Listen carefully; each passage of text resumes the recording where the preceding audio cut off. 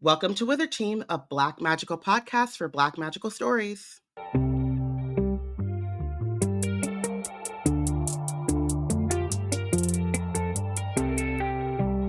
Hi everyone, it's Bayana, Robyn, and Porshèa embarking on a journey through the many fantasy stories written by and about Black people. Currently, we're reading Amari in the Great Game by B.B. Alston. Today, we're discussing chapters 25 through 27. But first, previously on Wizard Team, so Director Harlow brings a whole bunch of press to Amari's Sky Sprint lesson for some reason, and wanting his own time in the sun and wanting to, still earn that gold star or whatever. Tristan challenges Amari and Lara to a duel in front of the press, and Harlow's trying not to make it. Pretty much everyone doesn't want it to happen except for Tristan and the press, and so somehow they're pressured into to doing it. Amari is nearly overpowered and then accidentally uses her magic, which then Harlow takes as a personal affront, and kind of takes her to the chief's office to talk to Bane. While she's waiting for her meeting with Bane, she gets a call from the for the next challenge, and so then she has to literally just disappear in front of Harlow. She's anyway, she disappears in front of Harlow. Goes to the Library of Alexandria, which is a living library, so all the books have like their own personalities and like cool stuff. They're cute. Dylan is there, and the two race to find the Victor's Ring, while Dylan is pretty much destroying and fighting a bunch of books because he doesn't have any goddamn chill. And is trying to hurt Amari. Amari figures out how to get the ring, but Dylan uses his magic to steal it from her because she's still kind of underestimating him, even though she's terrified of him.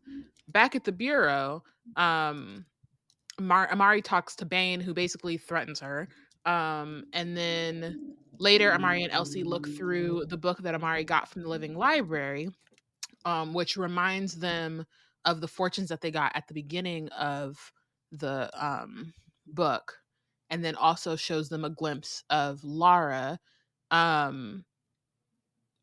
essentially just showing them that she might not be, like, they probably shouldn't trust her.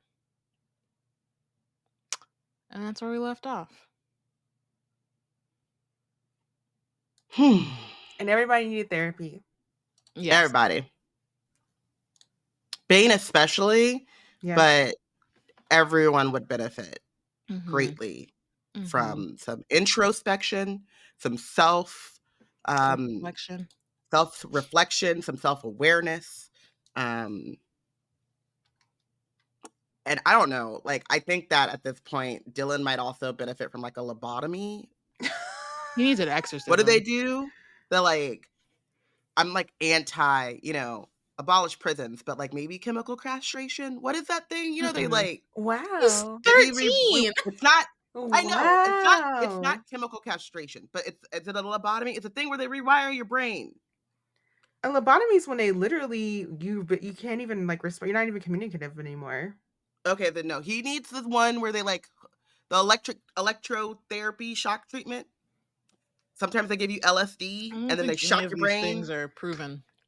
I feel like for someone who is a very somebody, big mental health advocate, a hug or two. No, those work. Like, no, they like have been like proven. But you should not be prescribing someone what their care is if you're not a doctor. This is very true, and I am not a doctor. But I'm saying they get a bad rap. I think a hug might not go quite as far. More than a hug. Bayana, you said I said check on your bones. I said and. Shock that boy's brainwave. I said and. Alignment. I think he needs a hug. I think he needs some positive role models. He maybe needs to not be around certain people for a minute. He needs. I mean, we'll see at the end. For psychopathy. I don't think that. I feel like he's as much sociopathy. There's no. I don't think that's an inherent thing. I think that he's a murderer, so he is. Well, yes, but what I'm saying is that like he was groomed, right? Like he was like, it's not like he just came out and he wasn't born like this. He didn't wake up like this. Like So you say he's he not Lady was Gaga? He's given on the wrong born- advantages. track, baby. He Like, wasn't born this He got way. Put it on like the playlist. he got taken advantage of. Like, right? Like he wasn't, it's not like he Yes. just was born and was like, all right, cool, I'm about to just take all this magic. Yes, but as he is now a child murderer, he needs a bit more. He needs a lot of work. I'm Yes. just saying that I don't think the shock therapy is the work that he needs. Perhaps his doctor would recommend shock therapy. I'm telling y'all, though, but a medical professional needs to make that with like consultation with him. We may not be able to say. I'm telling y'all, Oh though, my like, gosh. I said the wrong thing. Obviously, it's not chemical castration, but there is like I think they do like, you do LSD and then they shock your brain. And it's been like proven to help, especially with like severe depression. It's been proven. It's just like we live in I'm not disagreeing with you on the process I just have or no the thing. knowledge of that. I'm not going to say yay or nay if someone should have it, because that is not what I should do. I don't have it. You should seek professional help, and that is what Dylan should do. But I'm just saying, like, we might need some like serious intervention at this point. I mean, clearly. The boy is 13 and has killed at least 3 people. It's true. So, and attempted to kill Amari. Not to bring up that wizard boy, but he's ahead of Tom Riddle. He sure is. Ooh. Hello, children. Let's get into the chapter though.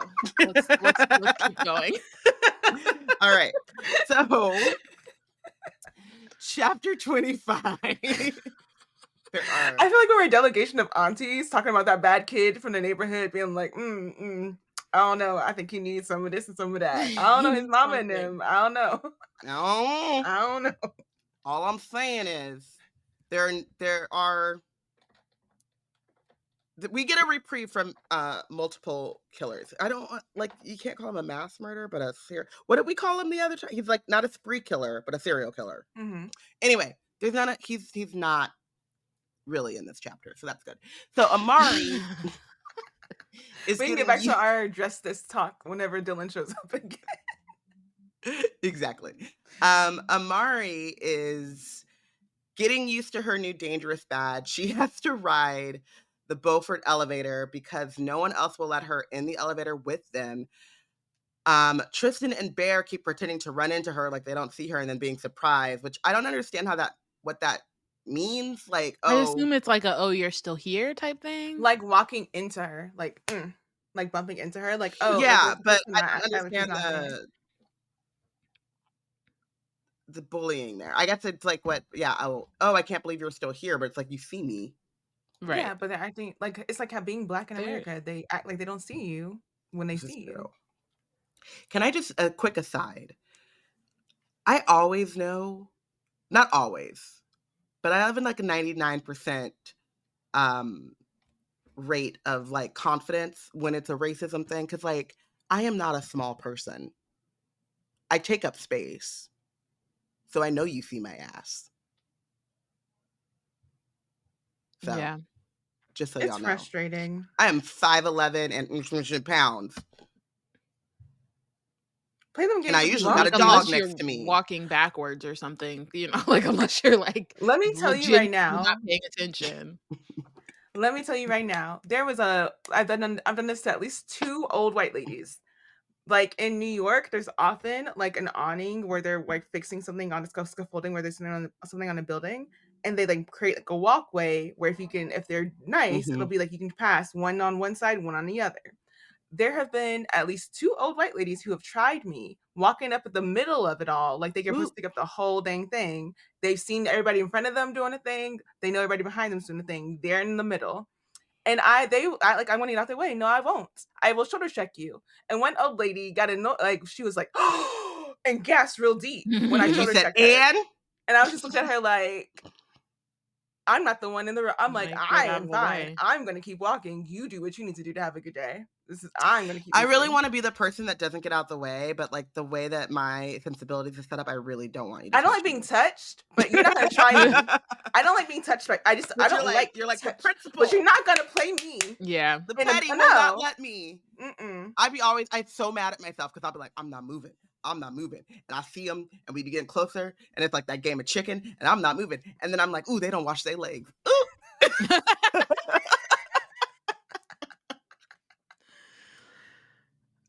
Okay, Real quick, chapter 25. Sorry. Venting about white macroaggressions or actual big aggressions. Okay, so the good news is that it's Friday. Yes. So most of the kids are going home. So she's Amari's planning on spending the next few days working on her investigation, not relaxing, not decompressing from all of the trauma that she just went through with Dylan trying to kill her and Harlow trying to make her persona non grata. She's gonna work on her investigation. But when would she have time? You know what I mean? Because like she has no idea when the next thing is gonna call her. I know. She has no, like, she's just like, I think that's the like stressful that's the stressful thing about this like book is there's like a bunch of different things happening and they all go together, and so she has to always be worried about one thing in order to prevent the other thing, but then there's this other thing. Like it's like I wish she could have a nap. Exactly. And I also like I'm not saying that she's prioritizing wrong. I think we talked about this like last time too. It's like it's just it is what it is at this point, but it's like I wish she could sleep. And also the danger of, and she mentions it the next chapter or whatever, but like the stakes of not doing well and also not figuring out who caused the time freeze are really high, and she's now like really understanding because she's now down 2 rings. She's like really understanding why there's like, or she's feeling the pressure of how high they are. So she's reading an article about how the thunderstorm is the first step on her road to villainy, and notes that it's the same magazine that called her a hero at the beginning of the summer. And she's like, wow, Harlow's right. It's so easy for the press to be swayed and take these different stances. And I'm like, if it was me, this would be my road to villainy because F y'all. It's like you're my road to villainy. How about that? Yeah. This article, and I'd carry it around too and be like, I was hell bent on being a good person, and then I read this article from this writer in this magazine. That byline, you did this. I'd be like, do y'all know Shirley? Shirley did this. Shirley's the reason. Why did you? Because Shirley said I was on my descent into villainy. I was on the road to villainy, and I said, well, if there's a shortcut, Shirley. But also, if Shirley's the same writer that wrote the good article too, then doubly. Then absolutely, yeah, 100%. I'm gonna double down on Shirley. I love that Shirley's the name.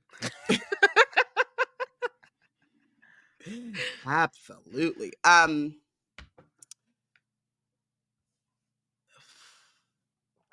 Laura texts her while she's contemplating her road to villainy, saying that she's got her dad's transporter and that her and Amari agree to meet in her room. I love that, and like there's nothing else for them to do, so like of course they're gonna keep doing it, but it's like there's all this stuff about like, oh, is Amari a bad magician? She has the dangerous badge, and she's like, all right, you know, that sucks, I'm used to it, let's go commit a crime. Like she's just like, great. I'm gonna go break into the Supernatural World Congress because if I get caught, of course that would make it Shirley better. would have been, Shirley's next article will be more of the same. Vindication, exactly. I think there's like this thing, and I think last week DJ and Porshèa brought up about like the juvenile detention system and how it just like does not help. And we had talked about it before too, just like if you criminalize someone's identity, how you leave them no choice but to be criminal. And I think that this is like a really good example of that as well, because one, I don't think that Amari thinks of this as like, let's go commit a crime, as much as like, No. let me She's go on a mission. investigate a crime. She's on her vigilante, you know. Yeah. Well, she's always in her vigilante era, but like and I'm not even mad at it. It's just more like reading it, like in the sequence of reading it, it's just a funny like Yeah. sequence of events, basically. And it's so funny too, because before she gets to Laura, she runs into Bertha and she tells Bertha she's going to spend the night at Laura's room, and they're going to be practicing their sky sprints, and she's just going to keep her company because of all of this. And I imagined while reading it that Amari, I mean, it's a podcast, so y'all can't see me, but that Amari just went and then did that like hand gesture you do of Right. like everything's on Everything. fire, the world. And Bertha's like, sure, makes sense. And I love that Amari is partially like, she really does like junior agents way more than trainees. Like, she's being It's so weird. It is very I'm weird. like, very kind. and like later too, like we'll get to it, but I'm just like, what change? Like, because it feels like it can't be more than just, oh, they're junior agents now. Right. Yeah. Because that just doesn't feel like It doesn't seem like, why would you go so hard? Like, it's one thing to gradually let off the pedal, but you went full steam and now it's like yeah. very chill. What, like, where's the middle ground? What's What's happening? changed? Yeah. And I also just love that like Amari clocks it, because I think we've been clocking it, and even Amari's like, nah, this is It's you weird. just gonna believe that? Like, I me would and feel Laura. like I would She's are like, gonna this have wasn't even my best lie. I feel like I'm like, I would be looking around for a setup. I'm like, are you trying to set me up? Like, what right. is Laura, what's I'm gonna go happening? spend the night at Laura Van Helsing's room because she's feeling lonely. Me, Amari Peters. Okay. Bertha's like, yeah, that checks out. So she I guess gets it to helps that Laura's room. they are partners, but still. Yeah. Still. That would check out for the like, we're gonna practice sky sprint thing, but the like, Yeah. I'm just gonna spend the night. Okay. Okay, girl. He gets to Laura's room. Laura's freaking out. She's like, we're sneaking into an off-limits location during a lockdown. We're both connected to like the person who is accused of committing the crime. And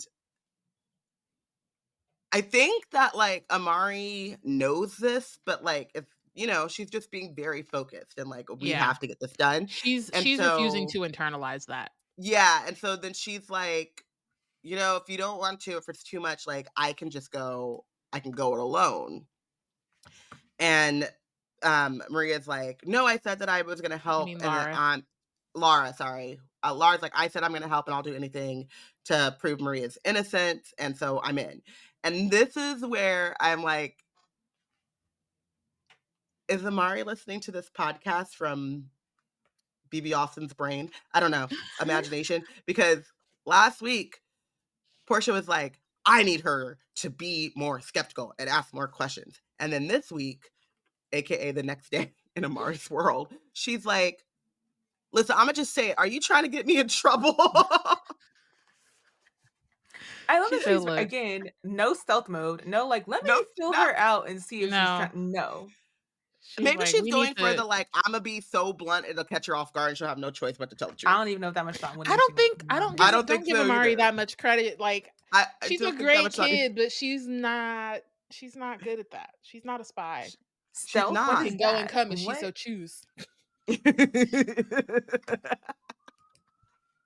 Sorry. That has to be in the memes for this week. Yeah. She's But talking yeah, to who no, would she be she's talking to? I guess herself. Elsie? I don't know. know. Herself. And then she says, or she tells Laura that her and Elsie saw her with her father.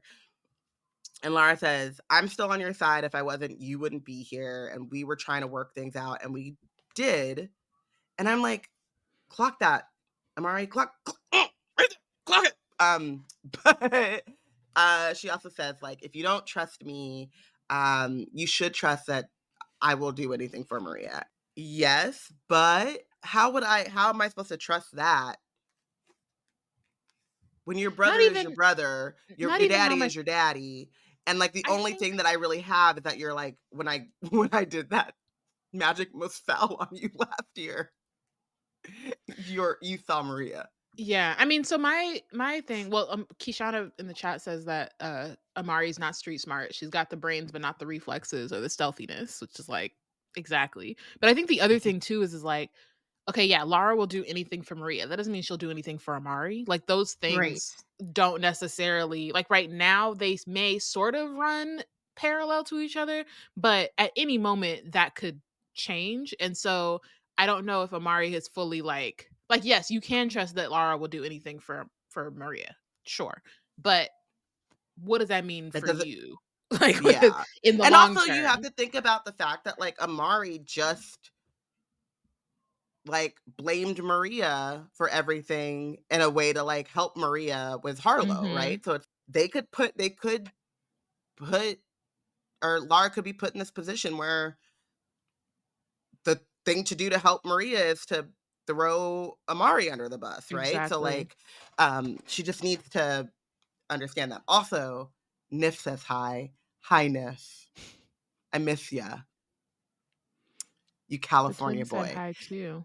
Not California boy. Um he is a California boy. Like Kashana won't let him No, remember it, you're but he that's funny, is. but you're not wrong. Thank you. Technically. Laura says that. Amari's like, yeah, that makes sense, which no, it doesn't, but okay. Um, and then It makes sense for now. it makes sense for now. And also, I she's not going to change the plan because she wants to get into that Congress Yeah. room. So it's like either way, it's like you're still We're gonna do what you're gonna going. do. Yeah. So the plan is for Amari to turn Laura and herself invisible. They'll teleport into the Congress room, and Amari will look around while Laura stands guard, which is like if she was gonna turn you in or if she was gonna trick you, this plan just like really helps her do Yeah. that. But we do see why like she can't Yeah. why it has to be that way, but also that's I mean, I think that's why that conversation is kind of useless. Yeah. And it's in the sense of like you said, like they're gonna do it anyway. And like, Mhm. yeah, you do kind of have to figure out you have to be able to communicate in the situation as much as you can, but also, yeah, it's just like, yeah, what are we gonna do? Like, if you lie to I'm me, still then you like, lied if to you me, are and I'm tricking me, I'm still gonna like walk into this trap like right. And she knows willingly. too, even if Lara isn't like can be trusted, there's still like a level of risk. Like they can't. Yeah. There's whether Lara turns her in or not, it's still potential. There's still potential that she gets caught or gets blamed or whatever. So maybe Maybe it's like, Amari. yeah, I don't know. Sorry. I was just maybe Amari thinks that as long as she openly is like questioning Lara, then maybe it'll check Lara's instincts to double Mm, cross her. She like right, like she's at already least suspicious of me. at least Lara knows I'm on. She's on notice. So Mhm. if she does come at me sideways, like she knows she's going to do a little bit of extra. Like she's not just going to get me real easy this time. She's going to do some extra big work to get me this time. Right. Maybe. Can't Yeah. be fooled again. Can't say that about Amari because Amari's not. Amari's not. She just trusts people too much, and She she really doesn't have does. that in her to be like, maybe I should question that. Maybe I should probe into that a little bit more. She doesn't have that instinct yet. I also feel like too, so we're gonna see, so they are using Director Van Helsing's transporter, and like there's a sensor that's like you're trying to transport into an off limits area, and then it's like Director Van Helsing, your permission is granted, and then the transport goes through. And I'm like, well, obviously that's going to be logged. Mm-hmm. Yeah. And given the fact that like the bureau has been removed from the investigation in a, no matter how illogical the supernatural world is, especially when it comes to like their crusade against unwanted and how they like legislate against them, it, someone is going to be flagged that Director Van Helsing just Teleported into the teleported into the Congress room when they're off limits and whatever, right? yeah. They're 13. It's fine. I know that they're like, we don't have much time, which is good. At least Yeah. they understand that. Like, but It's like you're they don't have just all the like, time in the yeah, world to snoop. yeah. You know, So yeah. when they get there, they see that all of the science equipment is shoved into boxes. And Amari wonders how exactly Bane is investigating, but then also has this moment of like, well, why would he investigate since he has all of the, like, he is basically in control of the entire supernatural world by his Mhm. own decree. That's your answer. He's not Mhm. investigating. And then she notices some cameras and she's like, oh crap, Lara, look. And Lara's like, oh, these cameras are not recording. There would be a light on But if they're also, like, recording. And I'm like, why did you de-invisibilize yourself? I know that's not a That yeah, word, was but walk with me. Why would you do no, that you're before you correct. scope out the place? does Like, that like does it end automatically? Like Can would they it not would see it take what things? too was much and also what strength was for the you to point? maintain it? Like why What's would the it point of like yeah, invisibilizing yourself only To to let it to go? immediately leave to drop immediately it. let it go and then be like, oops? But Like what was the point? Like yeah, like but like what that's what I'm saying. Like was it a she's thing that you just can't maintain easily? Like what's the problem with it? I don't know. I get that like I she couldn't like she can only keep Lara invisible if they're like If touching they're each like other. close. Yeah. Fine, but then Lara can But get caught then and my butt will be invisible this whole time. right. That was the other thing I was thinking. Because like you But could literally say like, okay, if they do get caught or if Lara gets caught, like you were on your own. You've got the Van Helsing name and the like, I'm trying to prove that it was Dylan and not Maria. Like, you know what I mean? Like you could like Mhm. talk your way into it. mhm. You might get grounded or whatever, but you are a rich white girl from a powerful esque family, even though the power is a little shaky Relative. on shaky grounds right now. But like, you got a much better chance of skating out of it than Amari does. So like, why Mhm. would Amari drop invisibility at all? She Whatever. does not think in stealth. She's not a No. spy. I need for like the magical law enforcement department to have at least one like course on like just stealth techniques. Yeah. Like just like they're not a spy department, but at least give them like one Just course detect like it's I feel on like it's a part How of to think detective quickly work. on your feet. Yeah, like I feel like like if if you're a you're detective, you ever can't always yeah. be barging in. I'm thinking of cuz I just started watching Cora, like the way Cora literally enters every room by kicking down a door and it's just like, "Ma'am, You're Who's doing relax." paying so for much. this? It's You're doing like so that's what much. it feels like. All But these also, hinges. like, even if like if what if you one day you go undercover? Like you need that training or whatever to know how to blend in, like or whatever. And you're just Mhm. because like or just the instinct, just the basic instinct. Like your first instinct should be like, let's not be perceived as I'm trying to figure something out in a quiet way. And the way in which Amari is like constantly perceived and is talking about how much that perception and like constant eyes on her is wearing on her. Hmm. I'm like, you could be invisible. You could be like you could choose to be invisible Let me get an invisibility spell. for real. The way I You would would be never see recklessly me. using that, you would never see me. Shopping, all of a sudden, I'd scare the crap out of the people because I'm not going to steal, right? But I'd get to a counter and then make myself visible. Like, here you go. And they'd be like, what the? And listen, none of this like small talk. No.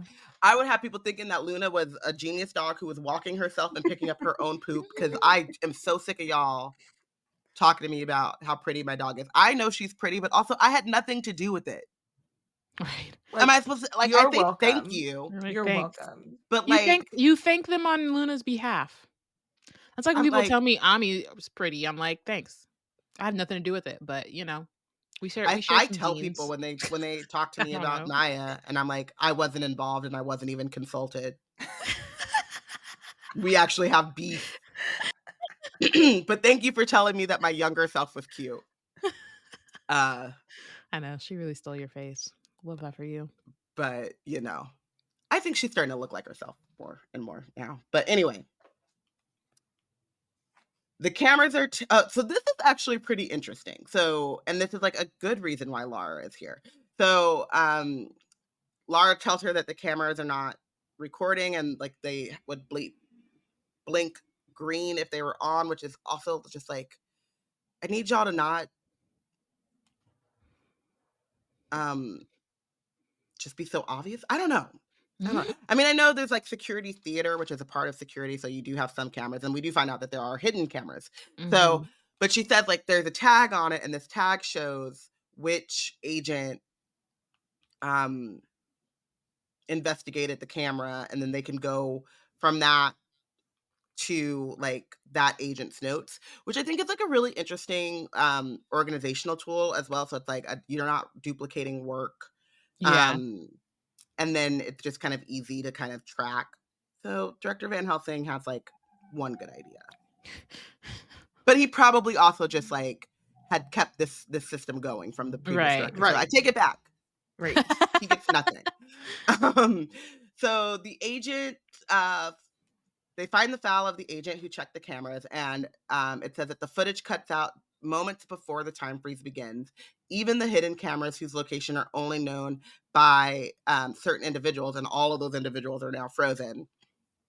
And I'm just like, this is very suspicious. Very suspicious. Not that it wasn't before, but still. Amari's like, the details makes it even worse. Like you're like, yeah.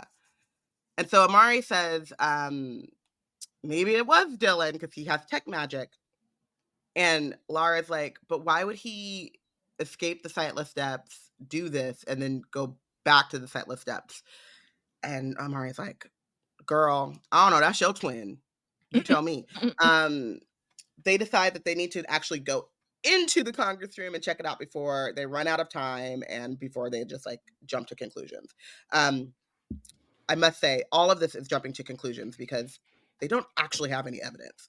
And I think that it's funny because Laura brings it up, but Amari still like just keeps convincing herself that it is Dylan. Yeah. Like as it goes on, she's just like, no, it's him. It's got to be him.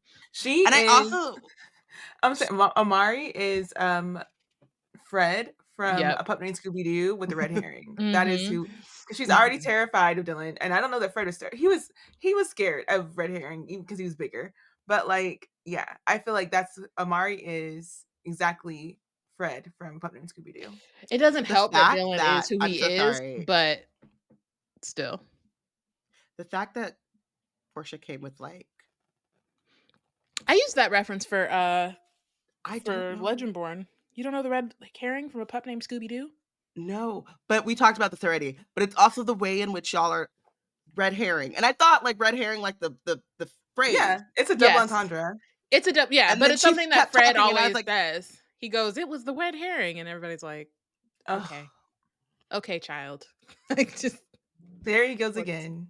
same thing again. Every episode, regular. He's like Candace from Phineas and Ferb, always trying to say, and like this is so like this is a thing with you. It's getting tiring. It's actually almost like, are you okay in the head? Are we good?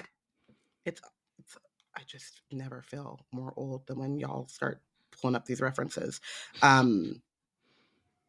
Right, yeah, I was gonna say Phineas and Ferb is worse than A Pup Named Scooby-Doo for Robyn. But you knew Incrediboy. But you knew Incrediboy, and yeah, but that's that's Pixar. I mean, and also around the same timing as like we all know I have a thing about cartoons. I always have. I don't know what y'all talking about. Hi, Lena. So they finally get into the Congress room. They're still not invisible. And again, and then another thing, it's like, okay, wouldn't you wait until you got into the Congress room to drop the invisibility? I don't think I would have gone anywhere in this whole building not being invisible if I could get away with it. Like, again, is there like a time limit? Like, does it hurt after a while? It could also be, I don't know how much she's practiced it, so it could just be that she's not like confident. This would be the time for me to try. I would like the urgency of not needing to be perceived in this particular area would have made me try and see how long I could keep it up.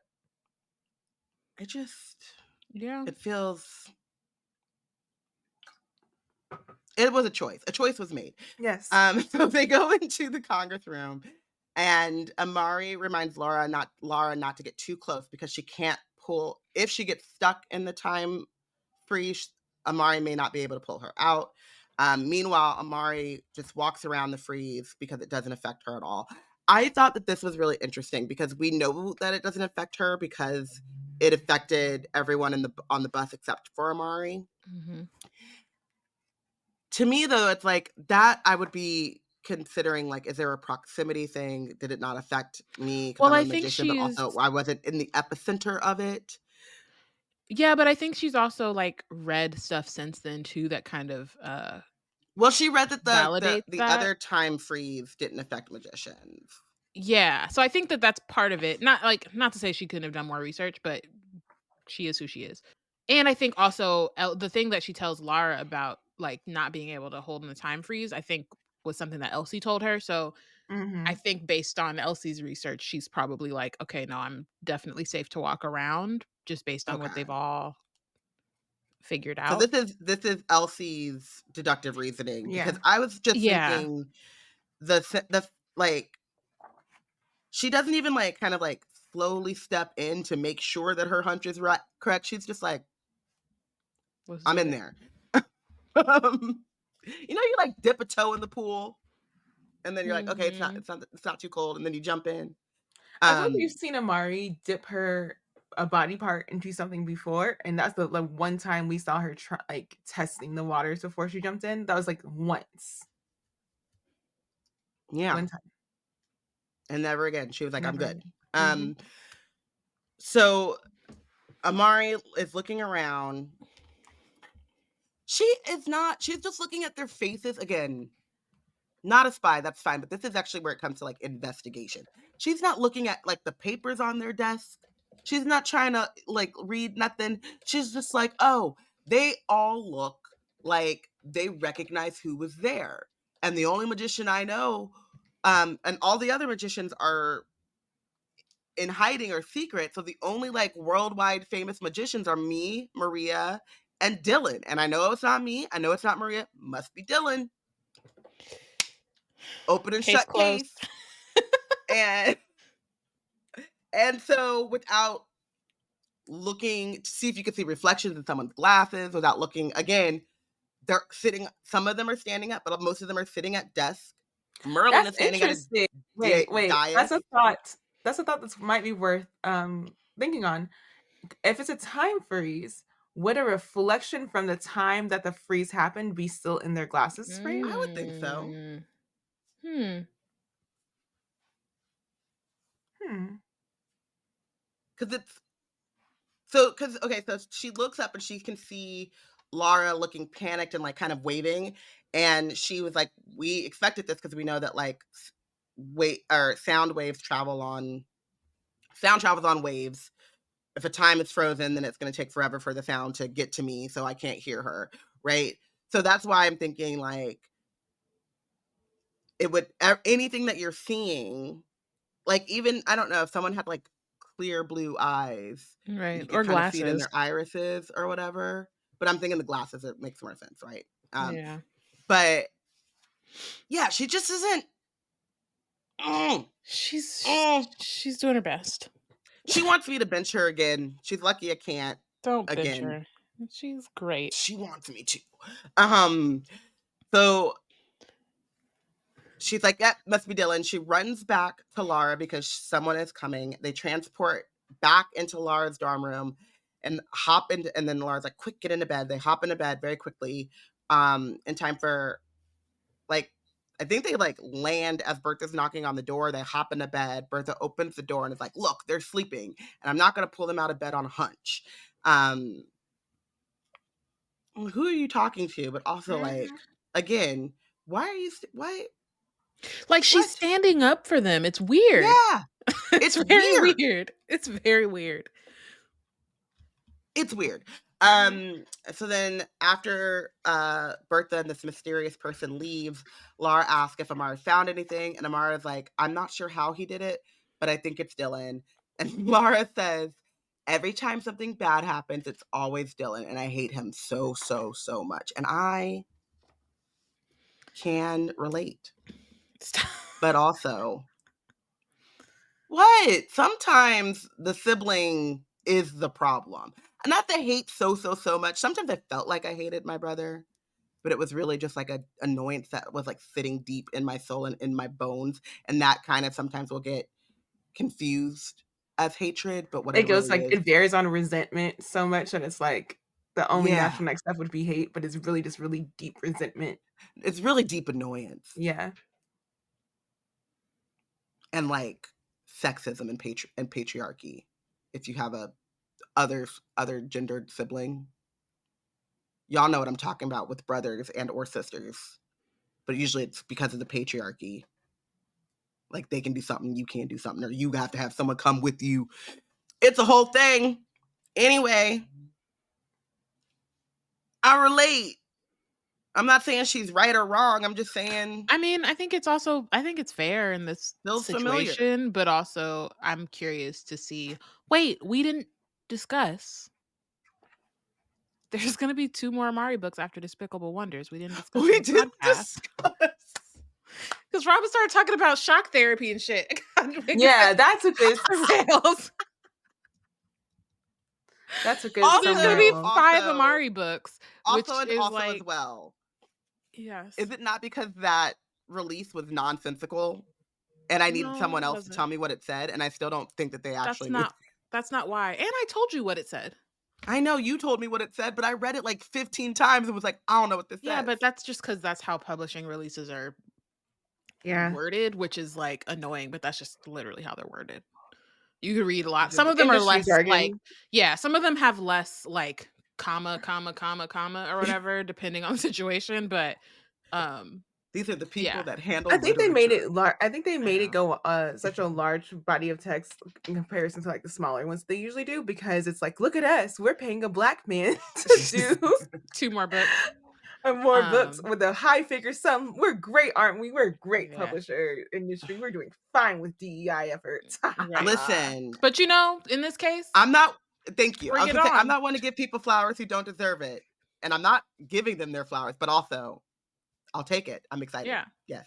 Yeah. So we're getting 2 more Amari books after the one that's dropping this year, and so I'm curious. Like, obviously, like Dylan and Amari's relationship is a like really central part of the series, just because they're 2 born magicians. They started off as friends and now they're enemies and whatever. But like, I am also curious to see how like Lara and Dylan's relationship changes and like where that ends up, just because when it started off, it's not like they were the closest. They kind of hung out together because they By default. did. Yeah, it wasn't like, it didn't seem like they particularly like cared about each other in a way that like, they weren't like, they didn't seem like best friends or whatever. But now they're clearly on opposite sides, and Lara, I'm sure, definitely puts a lot of the blame of all the things that happened, she just said, on him. So I'm definitely curious Blame to your see, father. Right. And that's what I mean. Like, I'm curious to see like what that like how that evolves and like where the blame gets shifted, and if it does. And if they can come to like some kind of understanding, even if they stay on opposite sides, whatever, but if they can kind of, get to the root of the problem. I would like the end of the Amari series to have Director Van Helsing just sitting old and broken and alone in a chair in an empty house with the walls crumbling down around him. I feel like his wife is gonna be with them, because ain't nobody who actually like cares about her children letting him be all of it, like disowning Lara, letting her be fed to the wolves. Like, like this is they grew up in a 2-parent household. That's 2 parents involved who are not involved with their lives, where they're all turning out like this. Well, Mama Van Helsing will end up at rehab. I don't know why, but that lady is an alcoholic in my brain. Why? She is. I don't know. I just see a blonde woman. She sees with a cup in her hand. Helga Bataki's mother. Popping pills. Just numb. I'm gonna pull up Helga Bataki's mother. She don't know what's going on. I feel like this is who you're seeing in your brain. Oh my gosh. She don't know what's going on. But she gets to go shopping. Going back a little bit, Kishana asks if the clock froze in the Supernatural Congress. I assume it did It because I did. think all the clocks froze like in the initial freeze, and they had to like, uh, you know, restart them or whatever. And I assume they couldn't restart that one since it's still there. I don't know. I think we need to go talk to Arthur some more. I think whenever we read the description of Amari looking around the room, she mentions that the clocks have stopped. Mm. I just wish that Amari would have clocked it, but she was, too busy. What do you call I it? mean, I can't remember how it goes. Shoring It's up her also own possible assumption. there's that, and also like sometimes I know for me, like it takes me a minute to process information. Like I'm taking it all in, but I may not have, you know what I mean? So I honestly, because I've only read this book once, I don't remember like how things come together. Um, I but it's think possible she just that remembers something later and connects it. You know what I mean? And then it's like, okay, now these puzzles are starting to fit, as opposed to her just like collecting pieces and not knowing how they fit. I feel like she's in the right program, I suppose, but she's not been learning, like the lessons that they've had for her so far have not been useful to her, and I feel like it makes sense because like they're not telling these kids to go and solve the biggest mystery that's currently happening, which she keeps doing. But like we'll see in this chapter that we're about to hit how like when she's given like just a little bit of guidance from people who actually know what they're doing, then she's like, oh. So I just think she Mm-hmm. just hasn't gotten to the like coursework that would actually allow her to be a better investigator or a better person who observes things, because she's not like naturally inclined to just poke around in that way. Right. She's not, yeah. And it's also like it's still early in the summer. Like last summer was all about getting into the program. It wasn't even Mhm. really about like learning how to do those things. And then now it's more, yeah, she is self-taught in this moment. And like if she had more time and didn't have to figure out how to stop a war, then she could have joined that one club and she probably would have learned a lot of cool Mhm. things.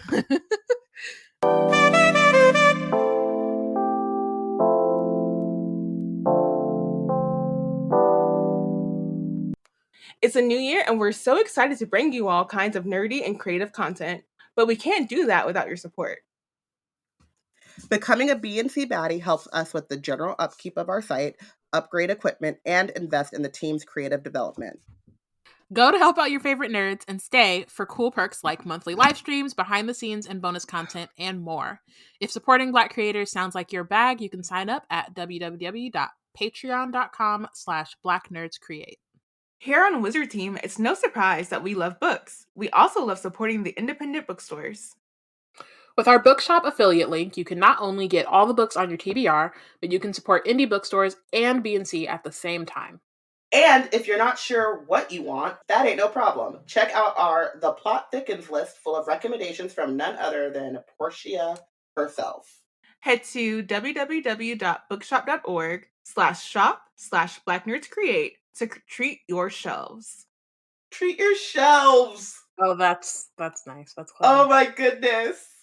That's clever.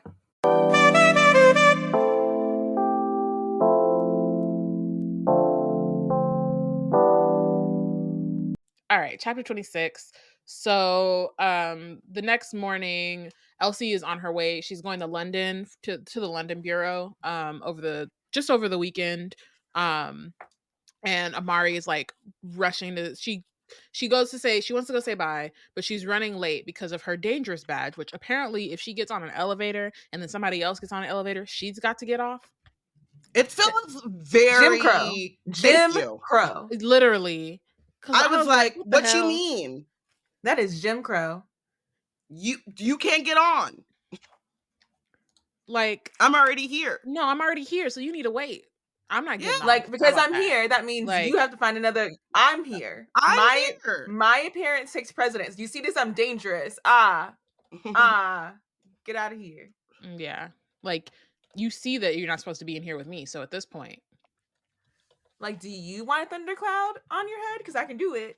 Get on out It of feels here. like a dangerous badge is kind of like would be kind of great if they used it without the Jim Cronus of like you got to get off the elevator. It's almost like a reverse MVP. elite badge. VIP. I get to do shit by myself. Exactly. So because of that, she's running late. But then it turns out that she's not running late. She's right on time because Elsie knows that even without the dangerous badge, Amari runs on CPT. I would So be she told so her, I love that mad, as a but friend. I also I wouldn't be get mad. it. I'd be like, you know what? Yes, you tell me an earlier As a time. person who this happens to all the time, I'm always like, dang. But I mean, we do this with Wizard Team recordings. we really do. We tell baddies one time and we tell ourselves another time so that we are ready on time. It's just you got to do what And you got to even do. then, Sometimes we still not on time, but we trying. We're on our time. We're on our time. You build in the blocks to you help yeah, yourself. you just got to know how a person works. And let's just go because this whole thing is going to make me. Okay, so let me actually open the thing because it's so cute. So they're saying goodbye, and they just have this really, they just have a moment.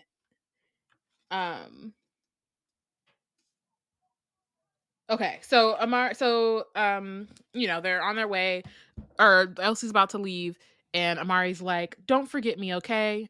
She's fighting back tears. Elsie shakes her head and says, "It's only for the weekend." And then Amari says, I'm saying this now in case I'm not able to say it later. I didn't have friends before I met you last summer. Quentin was missing. Mama and I were fighting all the time, and me and Jaden had grown apart. That Amari was miserable. But then I came here and met you, and well, you were just you. Silly and kind and brilliant, and I'll miss you so bad. Oh gosh, Elsie says, wiping her eyes. I knew you were going to make me cry. You're not so bad yourself, you know. I watch you be brave like every day, and it makes me want to be that way too. I think it's the only reason why I'm able to do something like this at all, because leaving scares me to bits, but you inspire me to face my fears, so that's what I'm doing. It's too much. Like, why would you do this? Hey now, this is what dreams are made of. I need to give them a name. I don't think that there has been a friendship in a story that I have loved as much as I love these two. It's so great, and I love like the fact that they're able to be honest with each other, especially like those girls hated each other half the time. Right.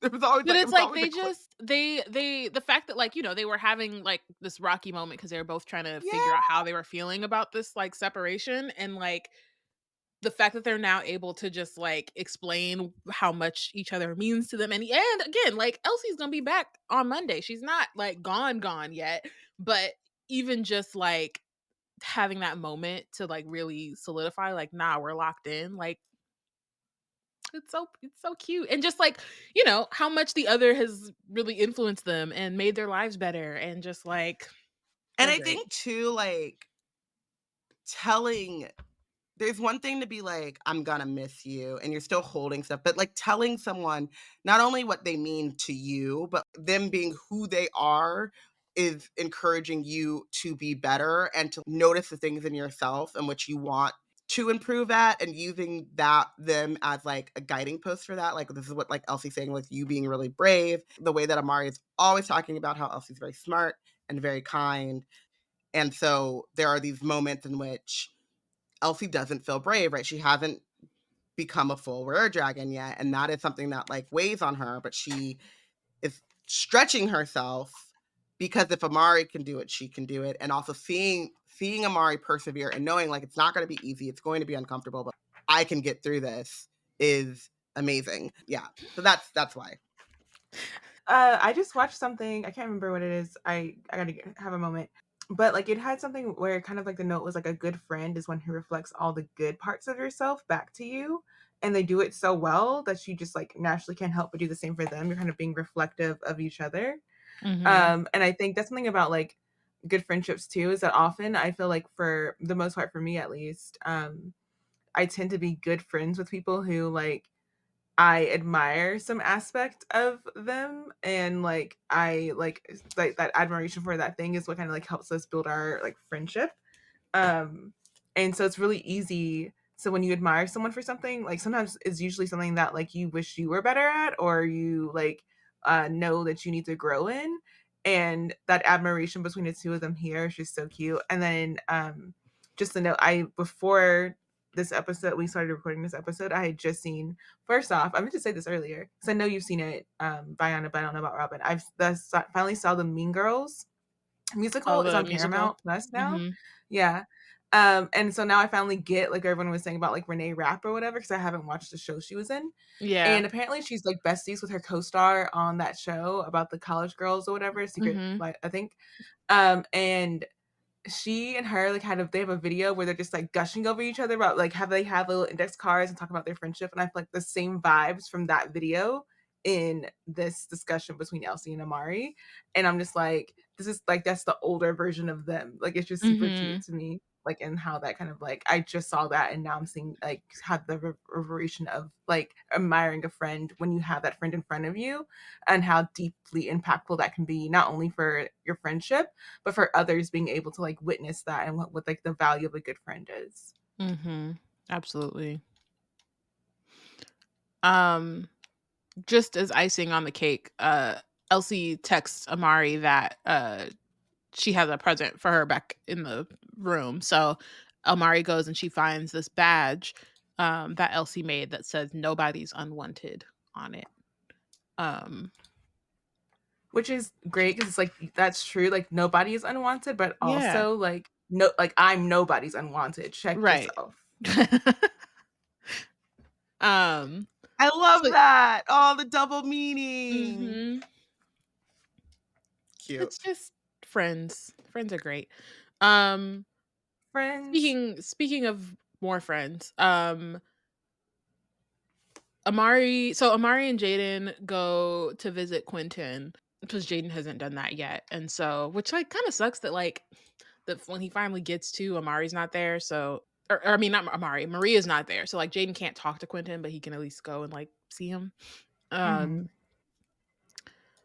Um, so Amari is as they like are on their way, Amari tells Jaden about how she feels about Elsie leaving, and just mostly about her just kind of being afraid because again, like Elsie is her really not only friend because obviously Jaden's here and she has other people that she knows and is cool with, but like Elsie is really her like anchor, both at camp and at school now that they go to the same school. And so Jaden is kind of like he's out here dropping bars like this whole time where he's just kind of saying that he kind of likens it to when he had to come to camp without Amari and how at first he was nervous, but then he kind of saw it as a good thing because it forced him to like make new friends as opposed to just like sticking up under Amari.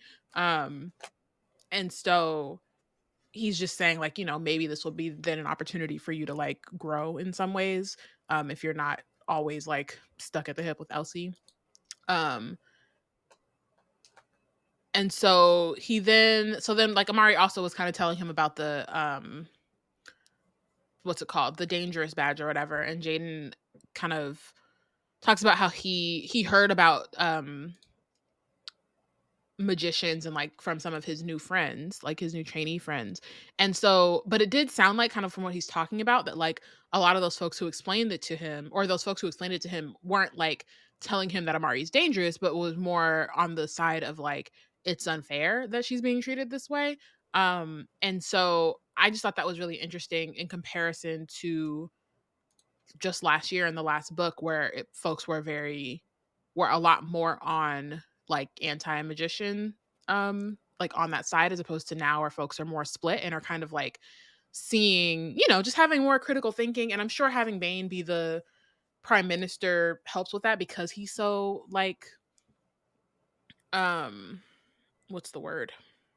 Fascist. Yes, thank you. He's so much more fascist about it. That's not the word I was looking for, but it is the word. Um yeah, I think it kind of helps people be like, "Oh wait, no, this actually isn't cool." But and it's something we've kind of been seeing throughout the book of just like more people starting to like think past like just the stuff that they were taught. Um I'm with Kishana. I think that the sentiments were probably always mixed, but because Amari is like with the cops, she's getting that skewed point of view because they're all those kind of people who are like, that's their thought process. The only exception I can think of is like they're like, because like the girls who bullied her and wrote that mural or whatever, Kirsten or whatever, that was all within her department, and that was also added the challenge of trying to compete for a spot or whatever, trying to get Amari out of here. So there's a lot of things in that, but I also think that like there was that one like adult zookeeper or whatever who was in that department and was like, "Oh, now that I've seen you in action, I realize you're not that Right. bad Like, you after all," change which our was so which that's the was thing, like, a dumb. lot of it It was is the, annoying. like, "Oh, you changed my mind," and I know a lot of it also does come from, like, the whole good magician stuff, but, Yeah. like, um but I also think it's interesting. I mean, I know that not all the trainees are, new. Like, you know, some of them either move departments or, um, are retrying out if they, like, didn't get it last year or whatever. Um So yeah, but it's also like curious about those particular people and whether they were always like that or whatever. Um, Yeah, but I also feel like that's that I think for the what you're saying about Bane, I think that's also true because I think that sometimes it's not until someone who is very dramatically not what you are pops out that you're like, let me be very adamant and clear and right. vocal Or about just how being what I more do vocal stand as for. opposed to Because just like if I'm quiet, y'all gonna think that mhm, I'm just going along. I'm not gonna go along with this. It's ridiculous. So I feel like that's what's happening is that a lot of like people might have been quiet about like quietly like either supporting Amari or just like not feeling as like actively like virulent towards her. Um and I think that now like this year people are being more vocal because Bane is the like the sticking point for them. Like he's drawn the mhm, line and they're like absolutely not. I will and not not be speaking here realizing like, oh, I quietly. Yeah. actually need to speak up as opposed to Yeah. just letting it happen in the background or whatever.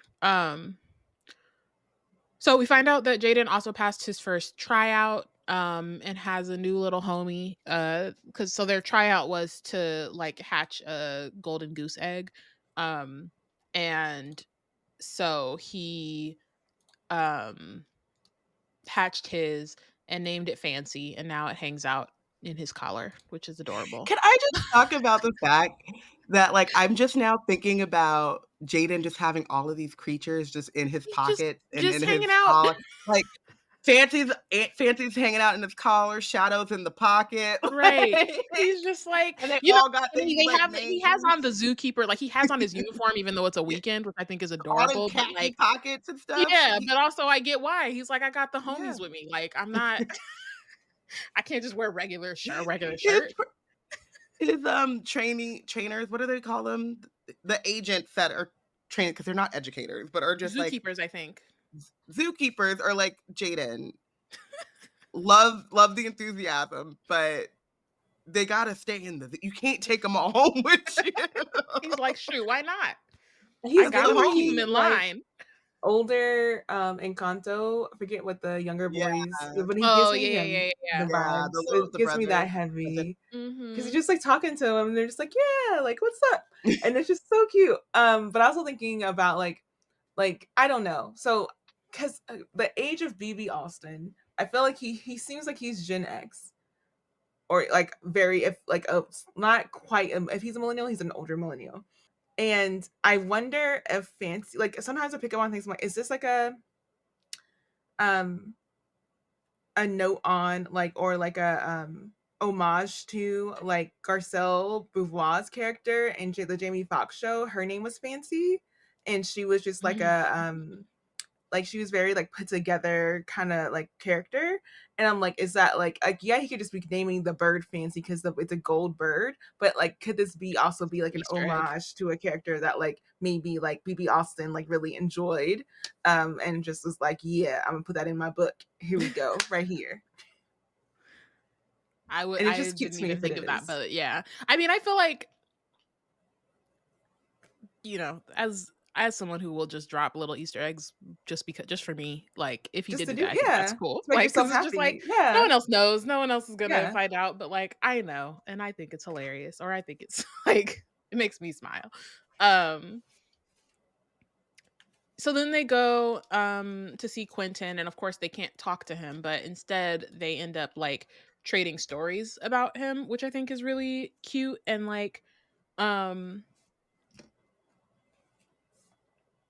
yeah, I just think it's like it's an interesting moment. I think that a lot of their interactions in the last book were um sort of centered around Quentin in some ways. Like he was kind of always in the even if they didn't reference him directly, he was always kind of like hovering over the conversation, if that makes sense. And while now they obviously are having other conversations and have kind of reconnected as friends, just having that moment to really like bond over their love of Quentin and like the things that he's done for them, I think is nice. This whole chapter is just about friendship and it's great. Not chapter, It's adorable. this section of chapters. Mhm. Um Although I Oh, I guess will maybe say mostly this chapter. Yeah, go ahead. I didn't say this. I didn't say this while we were talking about the updates about the like additional books, but in seeing the third book that's coming out this year, having all of them on the cover together, I'm just like very much looking forward to like the rest of the series, like focusing more on this like group dynamic and this friendship Mhm. dynamic that'll grow out of this. Um, and since Amari's a new age with each one, then that would make her what, like 15 or 16 possibly when the series, if that's Maybe. the fifth book is the ending. I'm not yeah, cuz I'm curious if the next book is going to Time jump. take place yeah, if it's going to take place a year later. Just based on where this one ends, I was curious if it Mm-hmm. was going to be in the same summer or not.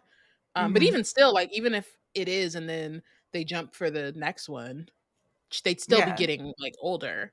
Yeah. Yeah, love it. So yeah, given like different like teenage years and friendship and how that happens, I wonder what like looking forward to those dynamics and how they'll change with age with them. Mhm.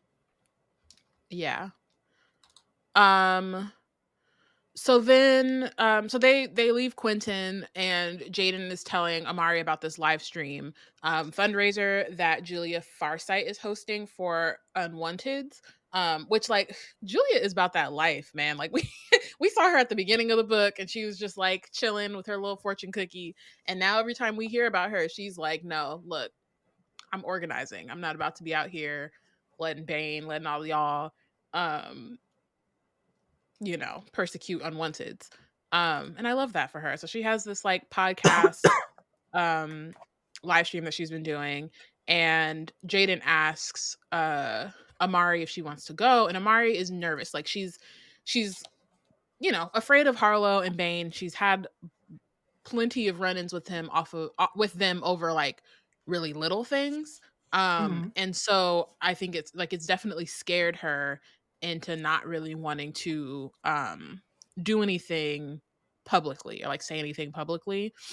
So she kind of agrees to go, but it's like I don't know if I'm gonna um be on the stream or like say anything. Um so they get to the elevator where they run into the Van Helsings. They see Lara laughing with her dad. Um, but then things get really awkward and quiet. And then director Van Helsing basically like yells at Jaden for hanging out with Amari. And Jaden is like, we've known each other like from home or whatever. Like we've known each other for a long time. And Van Helsing's like, I don't care. She's dangerous. You shouldn't be hanging out with her. It's like, bro, please find something else to do. She's also her partner, so you can. Oh well, because it's Jaden. It's because it's But Jaden. whatever. But Yeah, it's he's like, if like you're not since her when do you partner actually care or about Jaden? no, it's all about like Amari and Limiting and also isolating like Amari. Yeah. mhm and like showing his flexing his power in that way. And so at the same time Amari is also again suspicious of Lara because she's like, why are you over here laughing with your dad? What's so funny? Which like I get it. And also um like I do understand the like back and forth about whether to trust Lara. I think that that's smart and makes sense. Um, but I also do want to acknowledge like that is her dad. He's trash, but especially I would think, especially kids, people in general have complicated relationships in that way. And so I do get in this case because director Van Helsing is so actively like he's just disowned Maria and like has just literally just, I mean, she was laughing before they got on the elevator, not after, but yeah, it's a complicated situation. And Amari should, yes, still keep her eyes open, Yeah, it feels like one of the things that you have, it's really hard for like kids or like your peers, I guess, to recognize, especially if they come from, like, even though Amari comes from a single parent household, and even when she was, she just told Elsie, like, me and my mom were fighting when Quentin was gone, but like there was never a hint of like quid pro quo with her mom, or like, you don't behave in this way and I'm a disown you, right? Or like they're just like that level of like familial relationship doesn't make sense. And I think as you get older, you start to understand like the differences, and you can kind of understand the nuances of what it's like to like for people to like grow up in these different familial dynamics that are also unhealthy, but they need to do what they need to do to survive and thrive in them, I guess is like the best way to say, because it's not like we're not worried about like Lara's safety, but we are worried about like her emotional and mental health, right, growing up in that family. So I do think that it's hard for Amari to empathize with that level of, especially because when she looks at Lara, she sees like the privilege and what they have, right? But she doesn't see the like the transactional nature of it. And she like kind of got it when Dylan was telling her more about it, but then Dylan turned out to be Dylan. And so like it's like everything he told me was a lie type of thing. So it just really feels like a moment in which you have, I don't know, it's something that only as you get older you start to really understand about like how those relationships and parental relationships can look different for everyone, and then the ways in which kids navigate those to keep themselves as happy as possible, I guess. Yeah. So Jade and Amari go down to the dorms, like the dorm floor, get off, and then wait and get back onto another elevator so that they don't have to deal with Homeboy anymore. They go to the live stream, which has about like 2,000 streamers at the time that they get there, which is not bad. That's a pretty like respectable number. And then Jaden goes on and kind of talks about his dad being deported, and so that's why he is like, which he kind of mentioned before but not like in more detail. And so he just kind of talks about like that being why he is standing up for unwanteds, and just that shit is wrong. And so that's basically what he's saying, but like giving his own perspective on it. Which also kind of brings up the question, like, where are they sending the unwanteds? Like, I know, I'm like, are they going into the, what's the name of that prison? Not the Sightless Depths, but the other one. It's been too many chapters. Yeah, I'm like, I've read too many books to remember. I don't Blackstone? know. Is it Blackstone? Yeah. Prison? Okay. I was like, I wanted to say Blackstone, and then I was like, maybe that's from something else. It feels like a tire company as well. Or like it some sounds like an equity. Firestone. Like yeah, no, there's a Blackstone in like real life. Maybe it's a military. That's a private equity. I think it's a private. Yeah, but they're military. Yes, it's a private equity firm. But that's it. Mm-hmm. So I always think I'm saying it wrong. I got the wrong name because it is it is. It's definitely Blackstone, page 235. Boom. Okay. Word. So yeah, so maybe they're going there, which still is not. They shouldn't be imprisoned for like being in prison. Being in prison for your identity is like we all none of us, but like just the thought of it, just the concept of you can be imprisoned through no actual unlawful act just because you are you. You are who you are. So after hearing this story, Amari is they have this kind of like wordless conversation, which is very cute, but also kind of, I think in the way that we see at the beginning of this chapter how Elsie tells her that Amari is brave all the time, and like shows Elsie how to be brave and makes her want to be that way too. Like I think this is the moment for Amari to kind of like see what Jaden is doing, realizing in this, like she kind of thinks of it in the sense of like she doesn't want to let Jaden down, right? Like Jaden has always believed in her, thinks that she's great, calls her superstar, all that stuff, and so doesn't want to let him down. But I think also in the I back of her also head is probably mhm. Elsie, right? Like this is a moment where she's letting her fear like overtake what she knows is right. And not letting her, and it's keeping her from speaking up for what she truly believes. Um, and so I really like this as like a kind of bookend moment on this chapter. Um, But I of also think like, that it's a carryover of her conversation with Jaden about Quentin because yeah, it's about absolutely. But I just mean yeah, more in the sense of like the arc of this chapter. yeah. How it's kind of But I introduced in that way through that conversation with Elsie. And then as she's talking to Jaden, you kind of see like it's uncovering a moment where she has not been as brave as she could be. And then coming to at the end of the chapter being like, no, okay, I'm gonna actually do this. And like, uh, yeah. yeah, I Um, think the support with her and Jaden having a moment to talk about Quentin really did a lot. Especially there's a moment where Jaden talks about how Quentin stood up for him around bullies that he was afraid to walk past. mhm, And the fact that Quentin had told him about like how when you're facing your fears, half of the battle is um, just making sure that they bullies understand that like they can't scare you anymore because when they realize that, then they can't take your away the you can take away their power.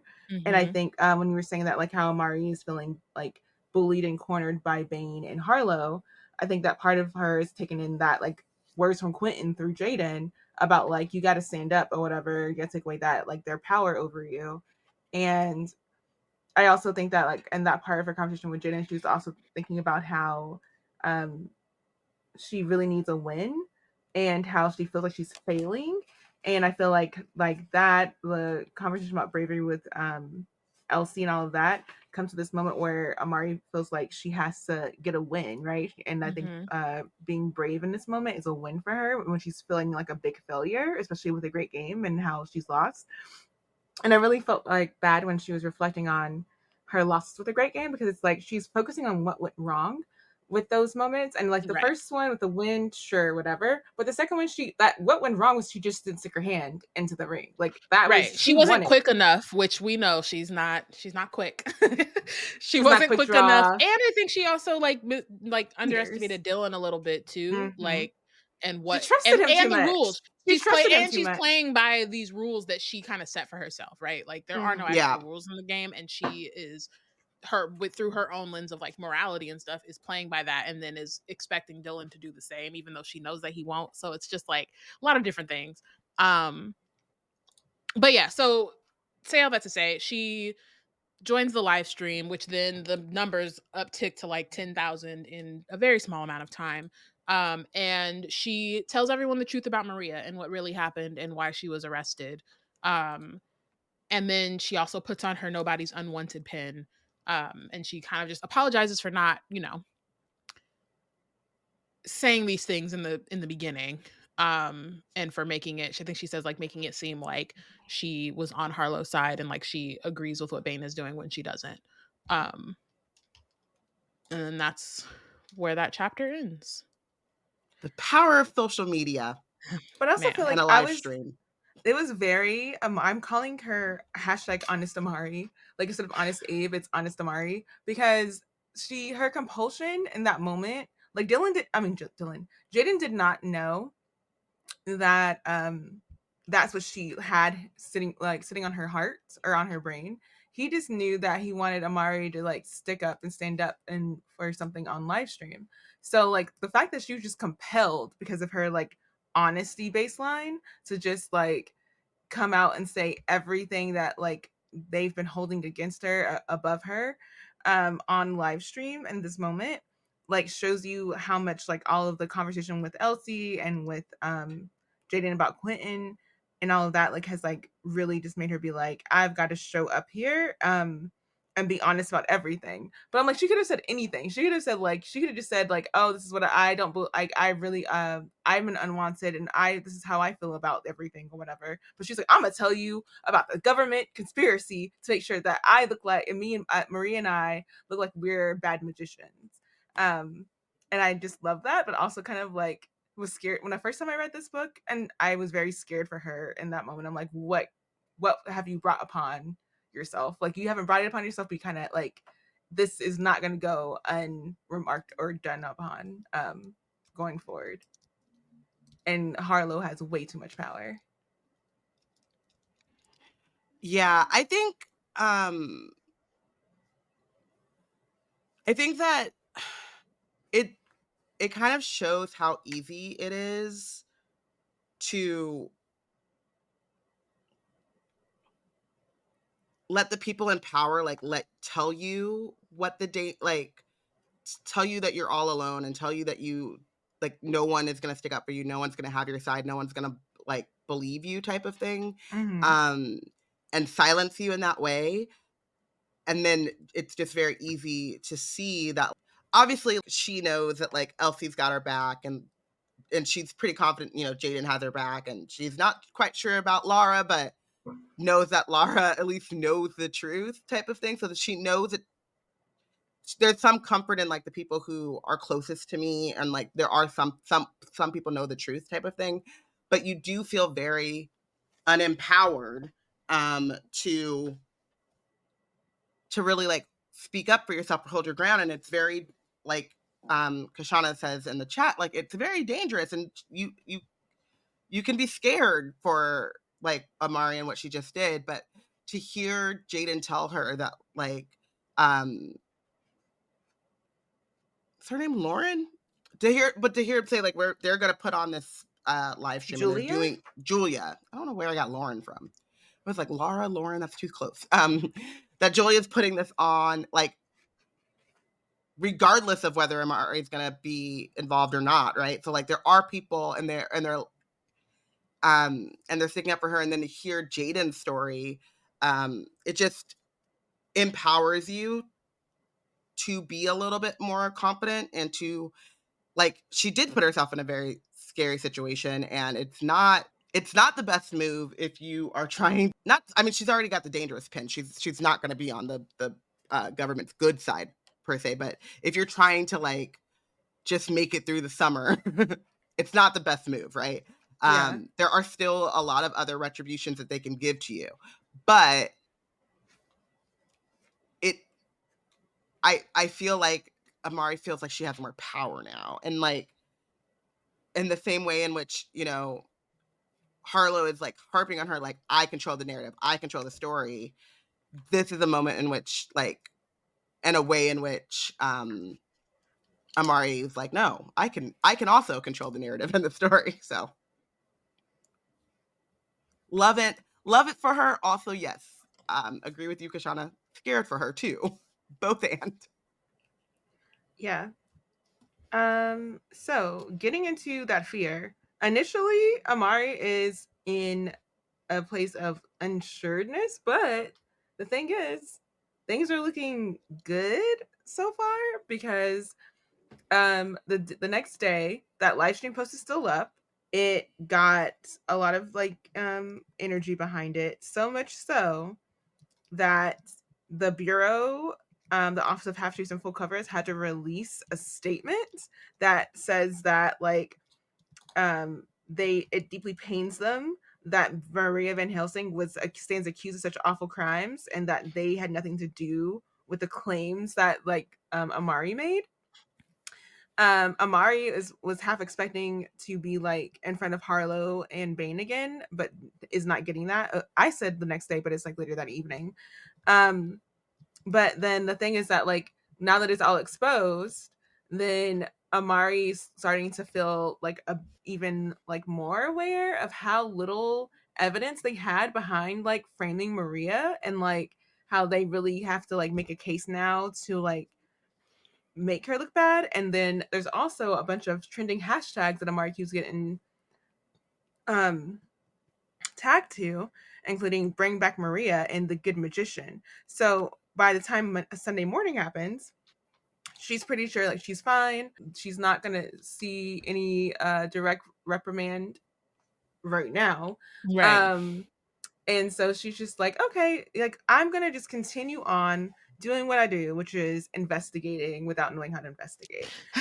I So will say too that like what's it called? Like press release or whatever that they put out, the bureau put out. I just think it's so funny to me, like reading it, and then it's coming from the Department of Half Truths and Full Cover Ups. Like y'all need a different like internal name for y'all because yeah. I'm like, Or if no, I'm reading y'all need that, a different external name. Like yeah, internal, what internally sure, but that like I'm looking at that external, like from I what would not be y'all trusting telling me half nothing. truths and you fully covering something up. Like, why would I be surprised? I also like I was like, that's the same department that Maria's mom works in. So I'm like, did her Mhm. mom write this statement? Like where like I was like, I don't know, bro. I don't know. The irony there and also like Yeah. the hands that touched it. I don't know, bro. Like we know they're full of crap, but like at the same time, it's just like, yeah. Um So when she's investigating the time free, her investigation thing is to get Elsie's billboard whiteboard and then like write out all that she knows. Um and the main clues that I picked up on from her summary is that one that we'll get back on is that like um there is the werewolf who was a witness and she knows that too bad he's been dead for centuries. And then also that everyone in the magical congress room was staring in the same direction and they all look scared. Um, and so, aha, that is a clue that they all had a level of like direct impact from looking at the person.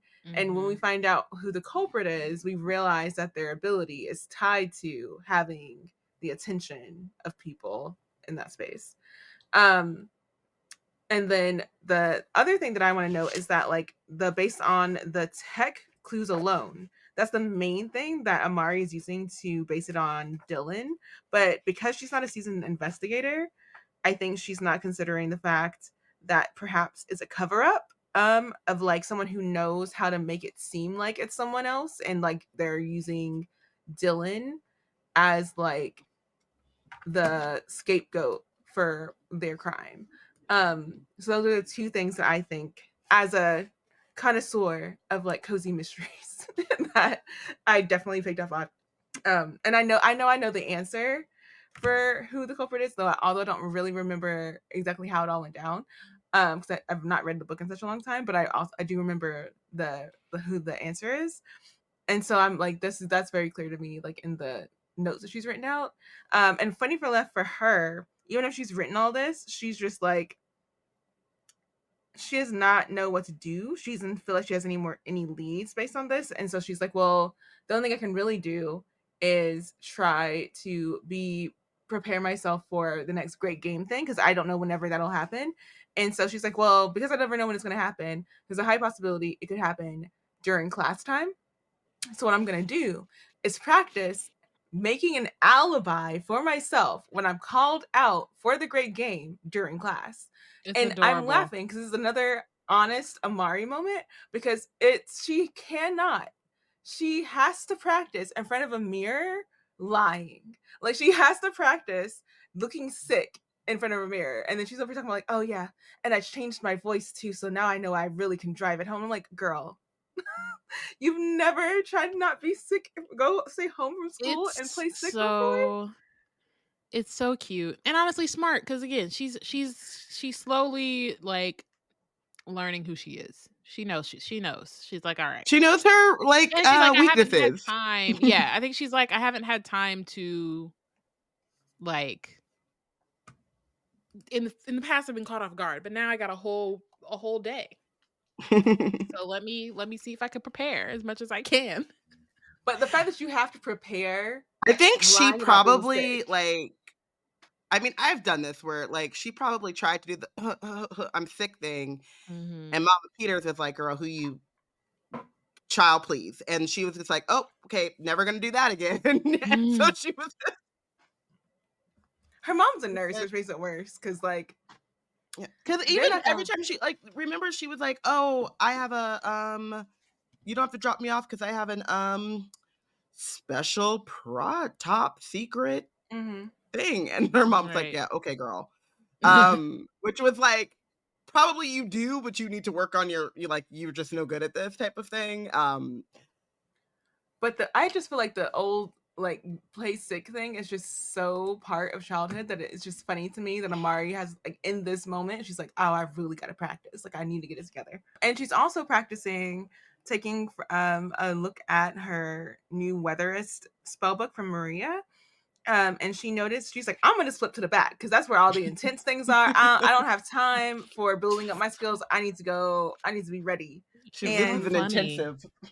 I'm like, it's just because like the thought, but the lack of thought, it's just, okay. So she finds a spell called the Calamity of the Skies. It's X'd out. It's only for people who, it's not for anyone actually, because it says no magician has ever come back from trying this. So she realizes it's probably like a foul magic. And so she automatically like associates like because it says that you need she realizes that it like all of the magic involved a large emotional toll.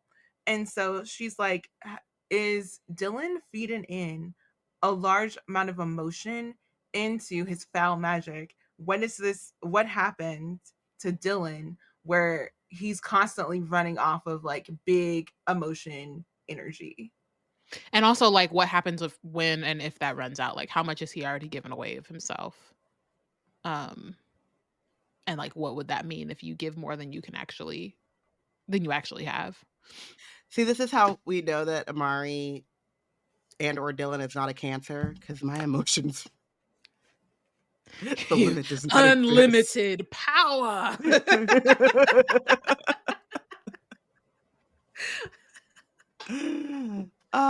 It's funny, but it's not. It's hard being me.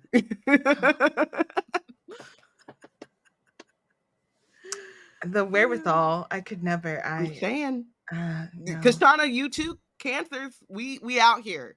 We should be magicians, because if you're telling me all it takes is an abundance of emotion, say less.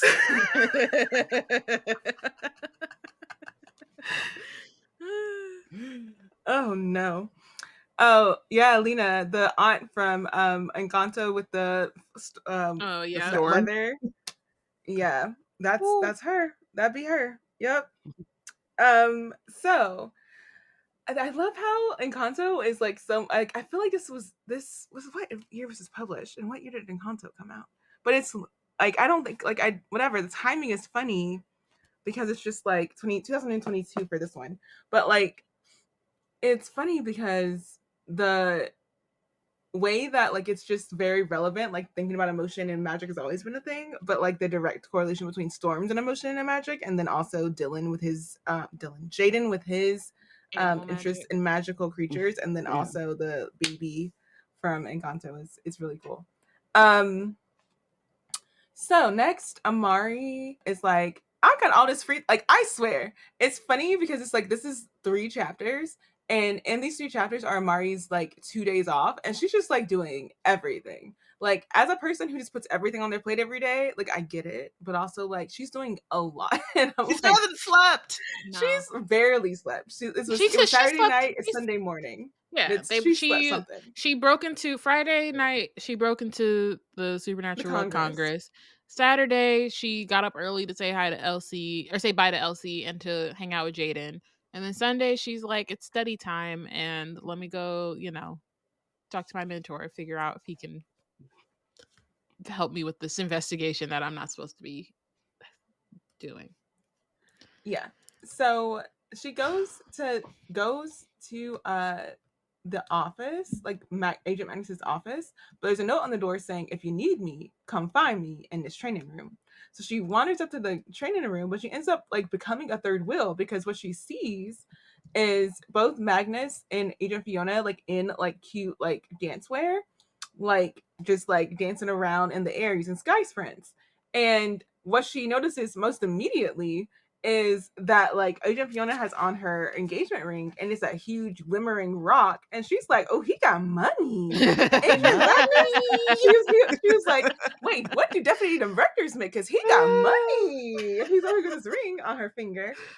And I was like, Amari clocking that is hilarious. Like, that is so just, funny. she was like, "How much do deputy directors make? Let me find out." Like, it was so funny.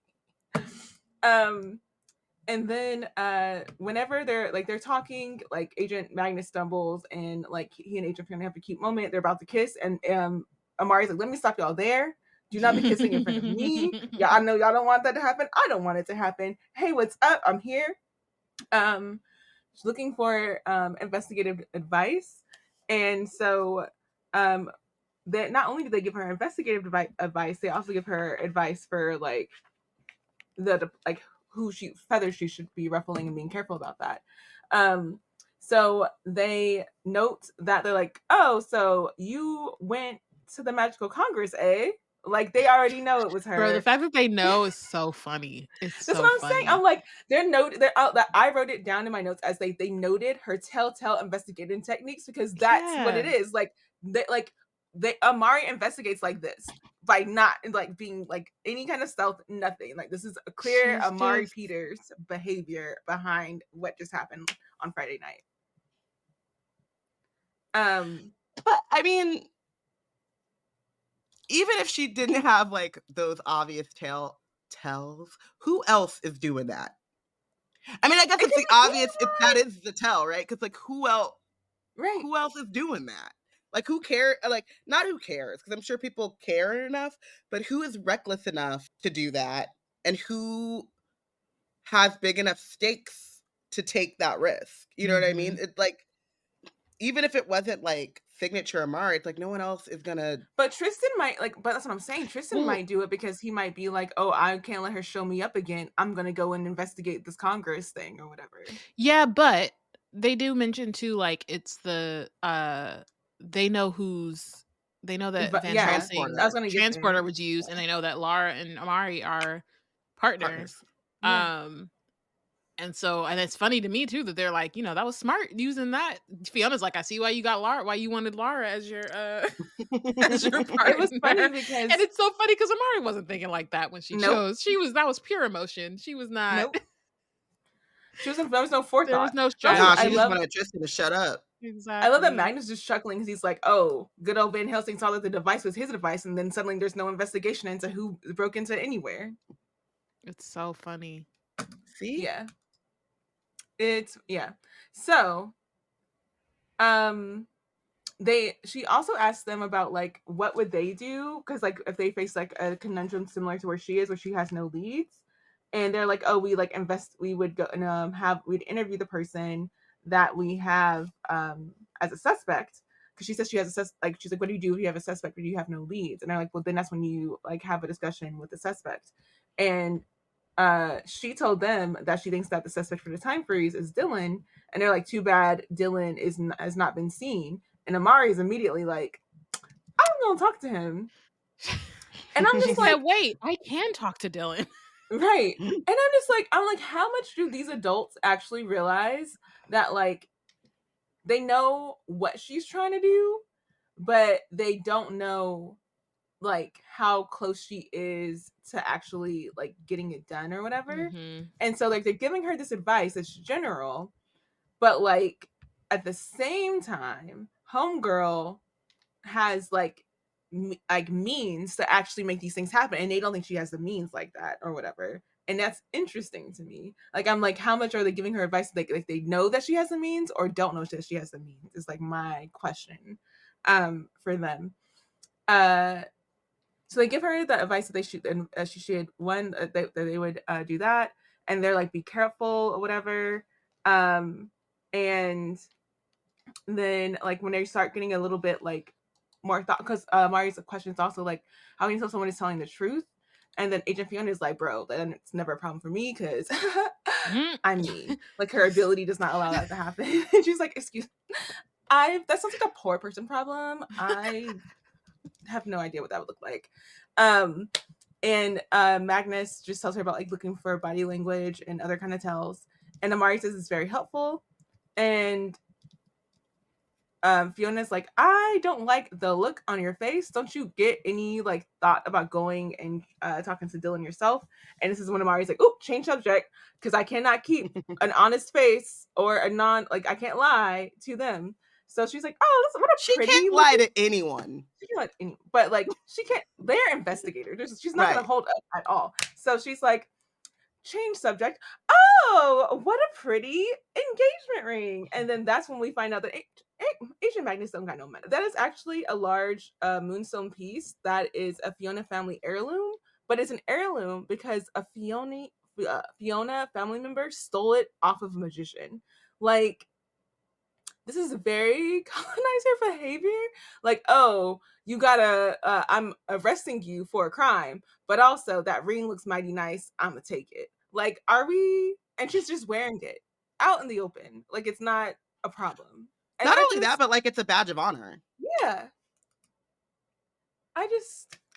Oh, my family member stole this.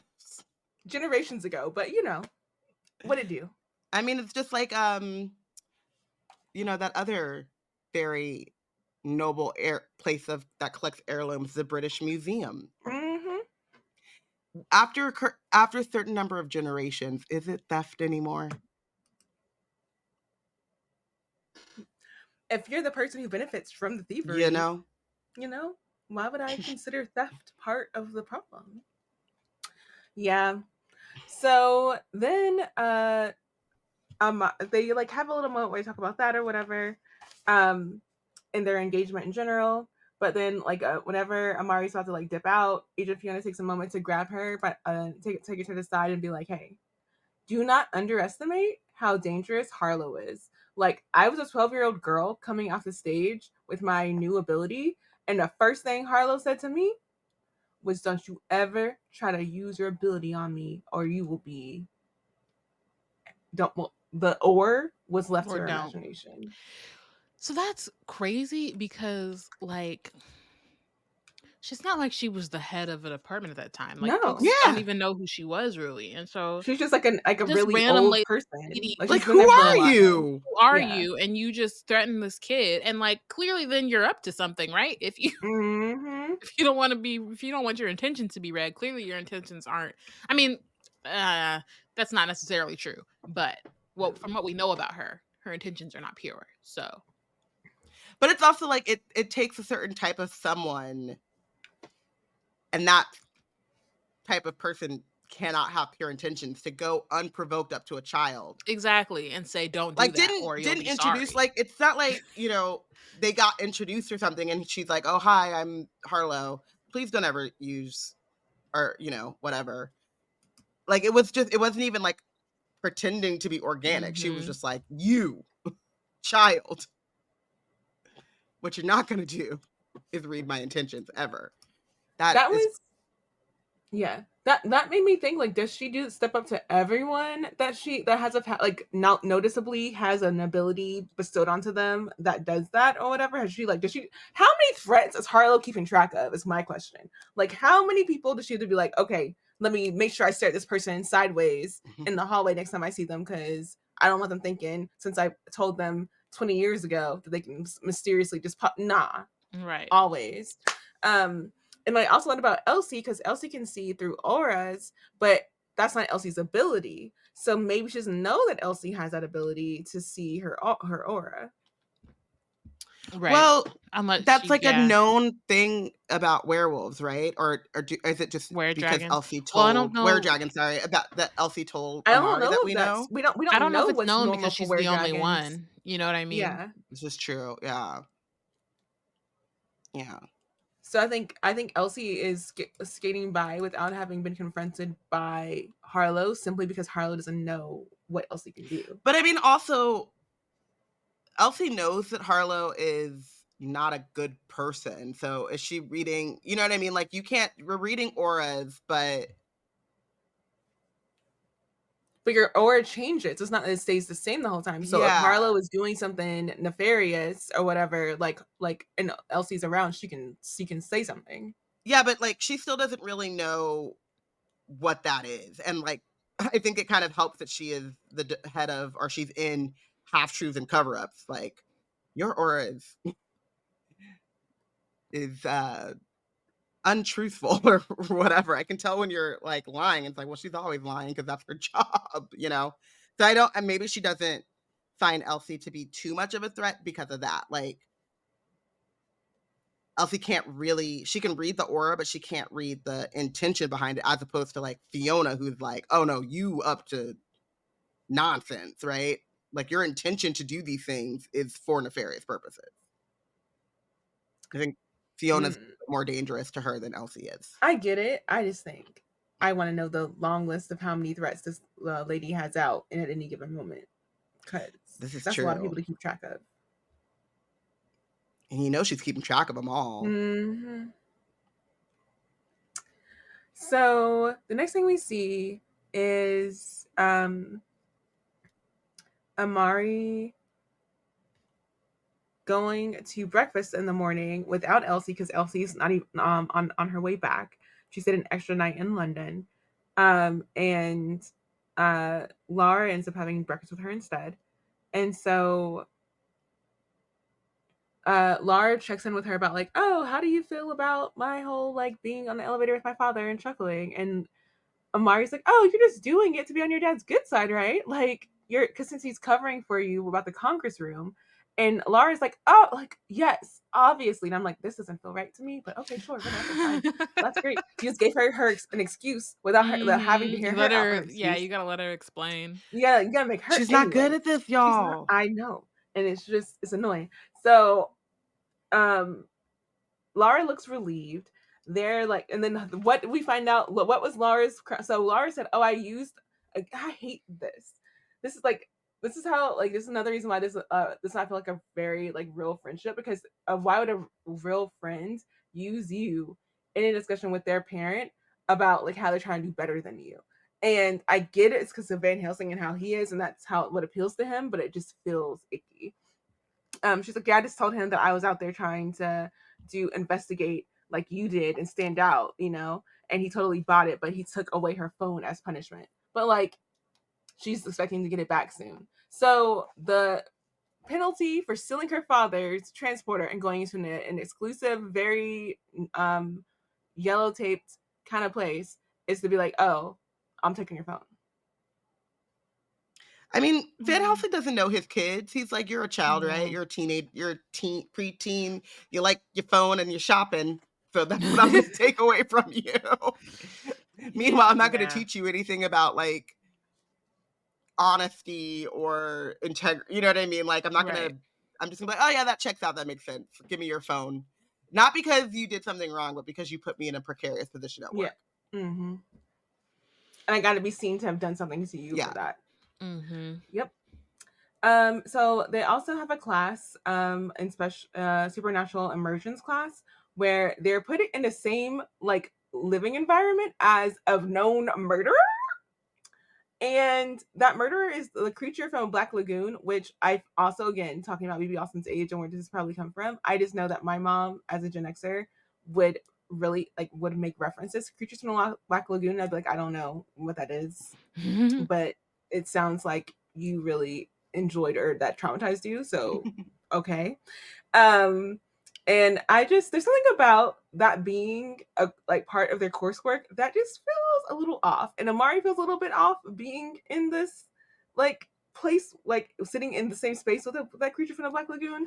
But also she's like, but he's a really good storyteller. So I think it's weird because it's kind of like, you know, they had the boogie person that first time when they were trainees. And I assume it's in the way to give them more nuance around these people, you know what I mean? Or but which is interesting because, you know, they don't extend that same courtesy to other types of creatures. So then it's kind of weird on who gets the grace or the nuance. And who doesn't. Yeah. I was thinking about it there's been a Law and Order marathon on, and I've watched my fair share of episodes. And there's always that you scratch my back, I scratch yours type of are you willing to testify that in court. I don't know, man. My cellmate snores, and I just might be too tired to, that kind of thing where you get a perk, or they take some time off of your sentence. So maybe that's what he's doing. Like every class he tells stories to, they shave a little bit of time, or he gets a little nicer accommodations or whatever. But But it they're including feels, them into coursework, and that's where I'm just like, yeah, but it feels like a zoo type of thing. But Mm-hmm. this is like a thinking, feeling creature. Not that animals are not also thinking and feeling, but you know what I mean? It just feels, but it's also like their what is it? Like when you go to school, show and tell. It's show and yeah. tell. So yeah, I just that the fact that he brought his death sphere into a classroom and they were just like, let's all sit in the death sphere together, just didn't sit It's well with me. weird. It's weird. So, but they had gotten a text during class for Jaden that said that they're the spot that he said he was going to procure for them to hang out in, so they wouldn't be noticed in Laura's room. They have ability to go there now, so they head over there after class. They go through an archway called Enchanted Gardens, and as someone who is deeply into like the Secret Garden, just sounds like a place I want to hang out. And what do we have? So they're interested in the area, like intrigued by it. It's really cool. Laura says it's definitely cooler than a study room.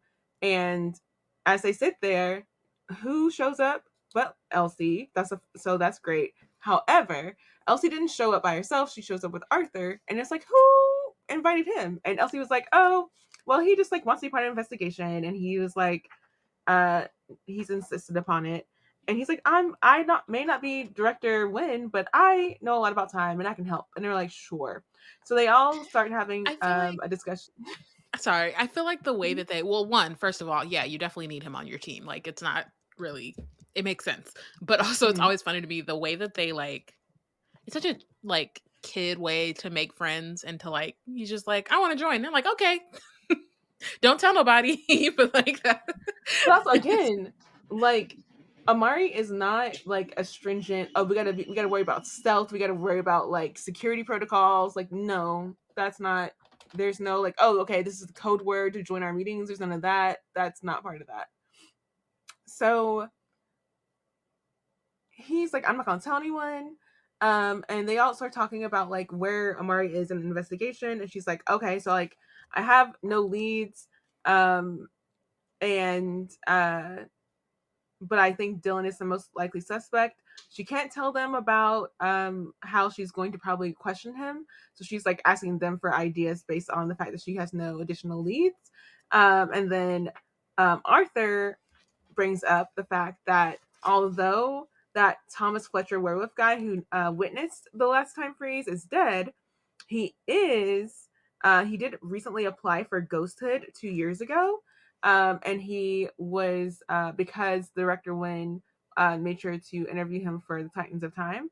And so Elsie is like, okay, we have a friend in the Department of Dead. If Amari can learn the time freeze spell from Fletcher, then maybe she can cancel it.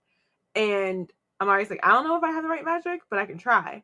And I'm just, again, the idea that it's just going to be easy peasy. This werewolf is going to remember this thing that happened 700 years ago, and then just like tell me the spell, and then I can like try to attempt the spell. Just how?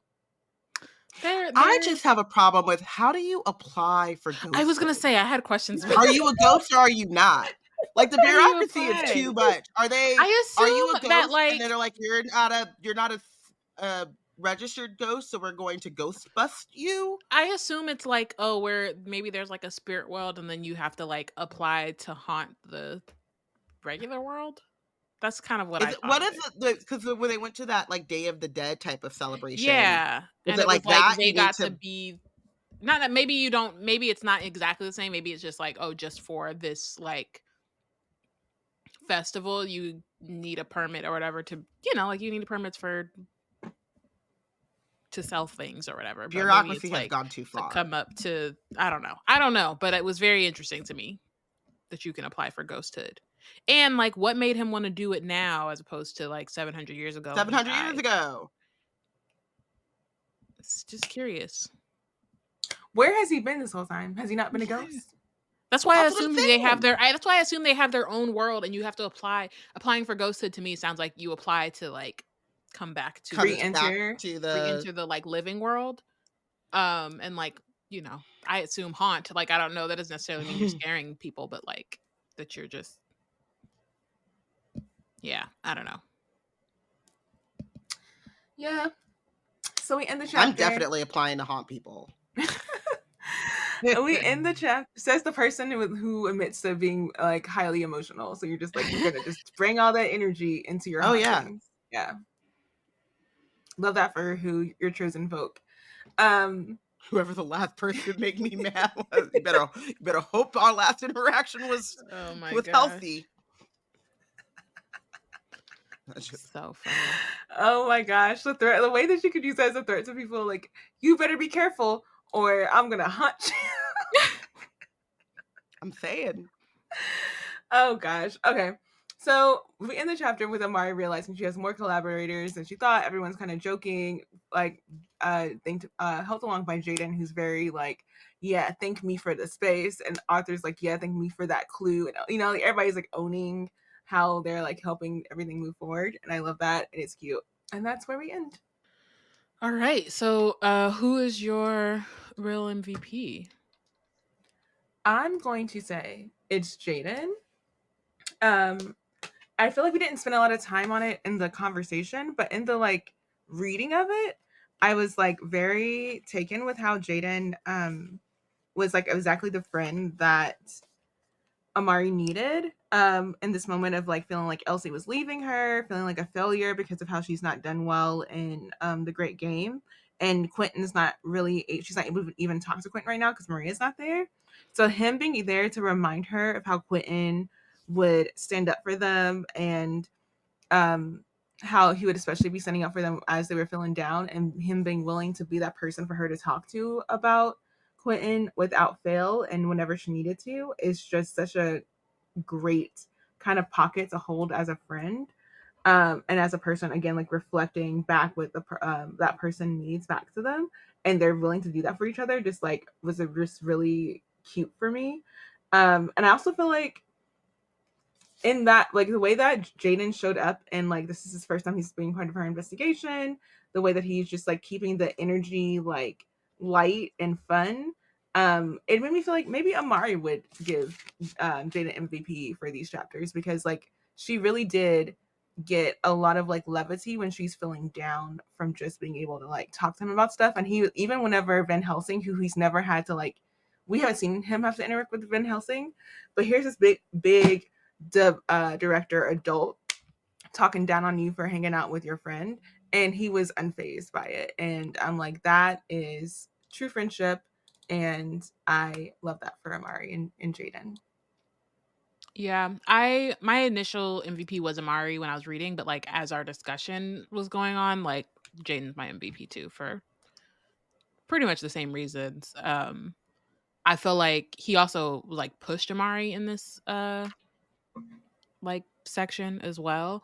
In a way that she hasn't really had to be in, like that she hasn't had to be in that like particular aspect, right? Like Elsie said, like she thinks of Amari and she thinks of like bravery, and Amari's always like jumping from one thing to the next, trying to do all these things. But I think this was like one spot where she had like a wall that she was kind of like afraid of pushing through, and so he like encouraged her to really like move past that and do what she knew was right. So yeah. So I MVP'd like 4 people and then erased it and then MVP'd again. So I ended up with Amari and Elsie, the unit, as an MVP, just because that friendship moment was just the best part of all 3 of these chapters to me. I do want to also like shout out Jaden too, because everything you guys said I totally agree with, and he was my MVP before we reread the friendship moment, and I was like, it's too cute. So yeah, that's emotions. That's why it made me have more. My weather spell is sunny, because of that moment. Yeah, I just love them together. And even though I wanted to bench Amari because of all of those things, Elsie makes her and Elsie together, the unit, are just. Yeah. Kishana said Jaden is the only option here, but also Elsie for the friendship moment and for knowing that Arthur is key to the investigation. Elsie knows all too. I She's love just- that, like, Amari did say, you're so smart. You are the smart. You're the smartest person. And I love that she's just in awe of Elsie's like brain. Yeah. I feel like Amari, like, I know we were laughing about her or whatever, but like I do feel like she did a good job this section. Like she was, I don't know. Kishana she has a said she lot gets to juggle. See, and I don't think that she needs a warning. warning. She's has like 3 different things she has to juggle. She got this This investigation is that like she has to do to prevent the great game that she's in the middle of, to this then is very like deal with similar to Harlow whenever and then we like would. This is very similar to whenever we would say like Bree was doing the most, and you would be like, "But she." I mean, I just think context matters. I just think Wait, context is Bree also an Aries? That's no. I don't know, but I do know. No, Cell is no. Bree's a Scorpio. Cell is a Scorpio. No, I thought Cell was a Gemini. I thought Cell was a Scorpio. I think Bree's a Scorpio. But I do know that Bayana, as much as she pretends to be rational and objective, will not face facts that there are things that Amari could work on. I'm not saying. What do you mean? We've been talking about things she can improve. You're like, she did I'm good. saying that no, but I think that I'm not saying that she did the best she could do. I'm just saying, considering the circumstances and considering the level of training that she has, she did what she could. I'm not saying that I'm saying she doesn't deserve to be benched. I'm not saying that, like, you know what I mean? You're saying that there were worse. There were way but worse. I just don't think that she needs to be. I do think that there is this thing about like your expectation not meeting, like getting I don't know if it's unfairly, but getting benched because the expectations are higher. Like I don't expect shit from Director Van Helsing. So when he ain't shit, I'm like, he did what he was supposed to do. No, I don't agree with no, that. but I do think that that's a thing. I do. Like, no, that's like not, holding Black people to a higher standard than you do white people. I'm saying that I think that is, we hold Amari to a higher standard, and then when she goes off, and I am not going to be upholding the same system. I'm just saying I don't hold her to a higher standard. I'm not saying it as like it's a right thing to do, but I'm saying I understand the impulse of being like, Amari can do better and should do better, and sure, but I also, again, I think the compounding of these chapters. Old. Like this is her first time living through life, right? This is the first time she's been in. It's not like she's Sherlock Holmes, like she's. But even like even a young Sherlock would have to learn. Like you'd have to pick. And this is the first time she's been in an environment where there's just shiesty folk left and right. Like she has nothing to like. Else is she going to learn? She's learning how to like. She's learning how to conduct an investigation. She doesn't really know how to do that, but she realized she didn't know and went to ask for help in this section, right? She went to Magnus and Fiona to ask for help on how to figure out how people are lying and what other things she could do in her investigation. Like that's, and I think that's what kept her off the bench. Fact that, but I'm saying that like there's that, but that's not the only moment, is what I'm saying though, right? Like she's dealing with the investigation, doesn't really know how to do that. She's trying to prevent a war from happening. Again, can't talk to anybody about that, and so can't really get help. And it shouldn't be on her plate anyway. She has to figure it out on her own while trying to prevent it from happening in the first place. On top of the fact that Harlow and them are out to get her, so it doesn't matter what she's doing, she's gonna be persecuted. Like it's a lot of stuff to have to like navigate, and she has never had to navigate anything to that extent before. And so I think that that's important. Like I think that she's gonna have stumbles, she's gonna have things that like don't, she's not gonna do things in the way that we think that they probably should be done, or because she doesn't have the skills for that yet. And like I am excited to see how that grows, and if by like the last book all of a sudden she's like this great investigator and has all her stuff together, tight. But like this is the second investigation she's ever done before, and she still doesn't really know this world. and there's like new things being plopped on her left and right. So it just like, yeah, I just And don't all think that that. plopping is coming from adults. Like, Right. all of the things that she has on her shoulders is because effing full-grown adults have put it on her shoulders. And as Kashana says, well, we'll get to Kashana's benching. Well, But, I yeah. personally, y'all are yelling at me, and I'm saying that is why Kashana gave her a warning and not the bench. So You were can saying in another, yell at and you were Kashana saying in another day, you were saying to Bayana, you're over here talking because rationale. she's always like, because she said that Amari didn't deserve a warning. Because I don't think she does. It's not like one of those chapters where like she was being mean to Elsie for no reason, right? Or like she was, Yeah. like I don't think in this section. I'm not saying she never deserves a warning. I'm just saying I don't think from this episode that she does. That's all I'm Like, saying. I hold people accountable whenever they're doing something that warrants, like, they, like, you actively, like, you making a mistake. If your mistake is a mistake that you knew better than to do, and it ends up effing up other people, then that's whenever I'm like, okay, I'm not going to just let you go because you made a mistake. Like, you made but in this case, Amari made mistakes that is like, this is her first life. This is the first time she's ever lived life. She's got to, I like how you say this is her first life. Like, well, I mean, I guess you can apply to be a Apply ghost. for So that's ghosthood. true. right. You can get your second But no, life. what I'm saying is like, I didn't bench her either, but I'm like, in the early part of this section, there were things in which she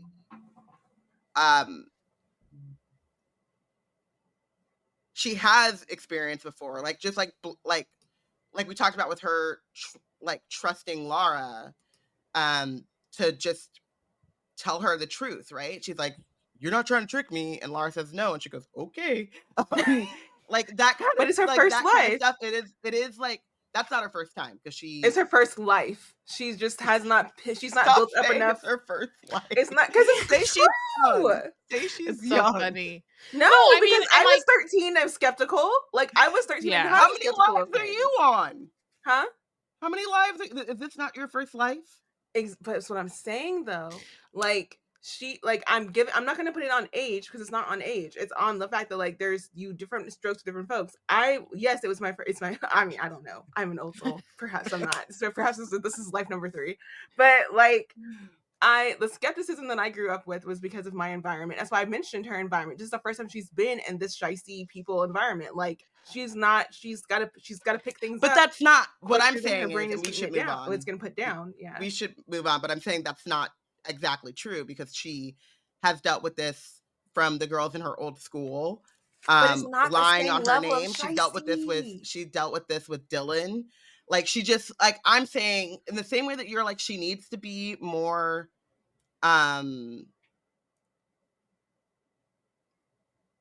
careful, or more what is the word I'm looking for? She needs to be less trusting. She needs to just What is that be bench a little bit more worthy? skeptical. That's why I'm saying that, and that's why I'm saying it's not no one benched her, but I think that's where Kashana got a warning, because in the next section, like, how many sections do we have, or how many books? I guess I'm saying maybe more. In the next book, Amari can't come back being all sunshine and roses and not a little bit more skeptical. Is what I'm saying. Sure, there will be growth. There will be growth. Yeah. I assume. That's sorry. I was like, I don't know if I said saying the word right. Yeah, and Kishana also clarifies that it was her warning is about Amari thinking through things. And also she could have stayed in stealth mode, which is like, yeah, but she doesn't know stealth mode. She's never met stealth mode. She doesn't know what that is. What is that? She's got I think that's the thing. It's like she just needs more like training. That's what I'm saying. It's like she needs like she needs a spy friend, but she's not gonna make a spy friend because she's not around. Like, that's not behavior that she would actively look out for, unless maybe it becomes part of like one of her missions in the future, where she has to make a spy friend, which would be hilarious. But like, that's not normal to her, because she's in this like honest Amari thing. Like, that would never be part of her thought process. If stealth mode was as easy as going sports mode on Crocs, then possibly she could do it. But I don't think that's gonna ever happen for her. Oh my gosh. Okay, benched. I'm at the point in this book where I'm just benching Harlow. I'm like, this is your fault. Mm. And I can't. Also, she's been threatening kids for years. For Crazy. years. Decades. Fiona is a grown woman, and she's like, God, don't cross her, because my 13-year-old or 11-year-old self is still traumatized by her coming up to me. Like, I just think that, yeah, so there's like the threatening kids. There is just the, like, I guess we could also say Bane, like, but the taking away her Moonstone badge and giving her this despicable label and all of the stuff that comes along with it. Like, when you hear about, like, taking the elevator by yourself, just like, it's an open avenue for these kids who, like, kids are gonna bully, kids are gonna find ways in which to, like, point out differences and alienate the people that they deem alienable. It's correct. Ostracized also could have worked. Ostracized is probably the better. But yeah, so that's something that kids are innately going to do, and so for adults to aid that, make it easier and make it acceptable. We've already talked about this in terms of, like, just how they treat, like, the elites, and, like, you have your entire life, your adult life, your entire first life, as Porshèa would say, your entire adult life to be, like, running this rat race and to be worried about, like, status and all this stuff. And, like, being a kid is a time in which you should be able to, like, really experiment, explore, make mistakes, figure out, like, what works and what doesn't work for you without the adults in your life, like, using that against you, because the kids in your life are already going to. And I just think that, like, for me, in the whole of this section, I just can't get over the alienation. And, like, even though we get these heartwarming moments in which Amari's like, oh, I'm not alone, or I do have more, like, collaborators and more people on my team than I thought. The reason why that's so impactful for her is because Harlow has gone out of her way to strip that away from her, to make her think that that's not possible. And I just think that that's decidedly disgusting. Plus, she's actually the bad person who did all, plus that. Plus being a villain, but just in general, like, I don't like it. Yeah. I binged Van Helsing. Just because, like, I mean, for it's the usual reasons, but like, the way that he treats Amari, the way that he yelled at Jaden, the fact that he covered up the break-in just because it was his thing used, and so he realized that Lara used it, and whether or not he suspected that Amari was with her, like, he was like, oh, I don't need that scrutiny, so he just completely dropped it. It's just wild to me. So yeah, he needs to sit. Yeah, same mostly for director Van Helsing.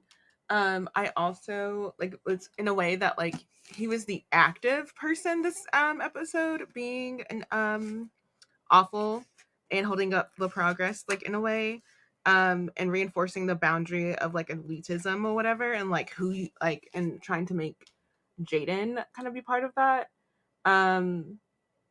Also, I put Harlow on watch because she wasn't the active person in this one, even though her actions were, I guess. I think it's interesting to have her on watch because of if she's making these sneaky threats to children on the side, then who knows what she's got built up on her. And the fact that she didn't directly do any kind of reprimand on Amari makes me feel even more anxious about what she has in store for her going down the road. So I didn't bench her, but she's on watch. And then Kishana benched director Van Helsing, Harlow, and the Department of Half Truths and Full Cover-Ups. The whole enchilada. All of them gotta go. And if you think about it, that's both of the Van Helsings, the mama and the daddy. Oop. Oh, true. And with that, thank you for listening. Join us next week when we discuss chapters 28 through 30. We're in the end game almost.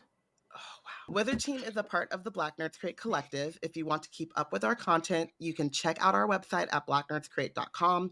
Follow us on Instagram and Tumblr at Wizard Team Pod and at Black Nerds Crate. See you next week. Bye. Bye.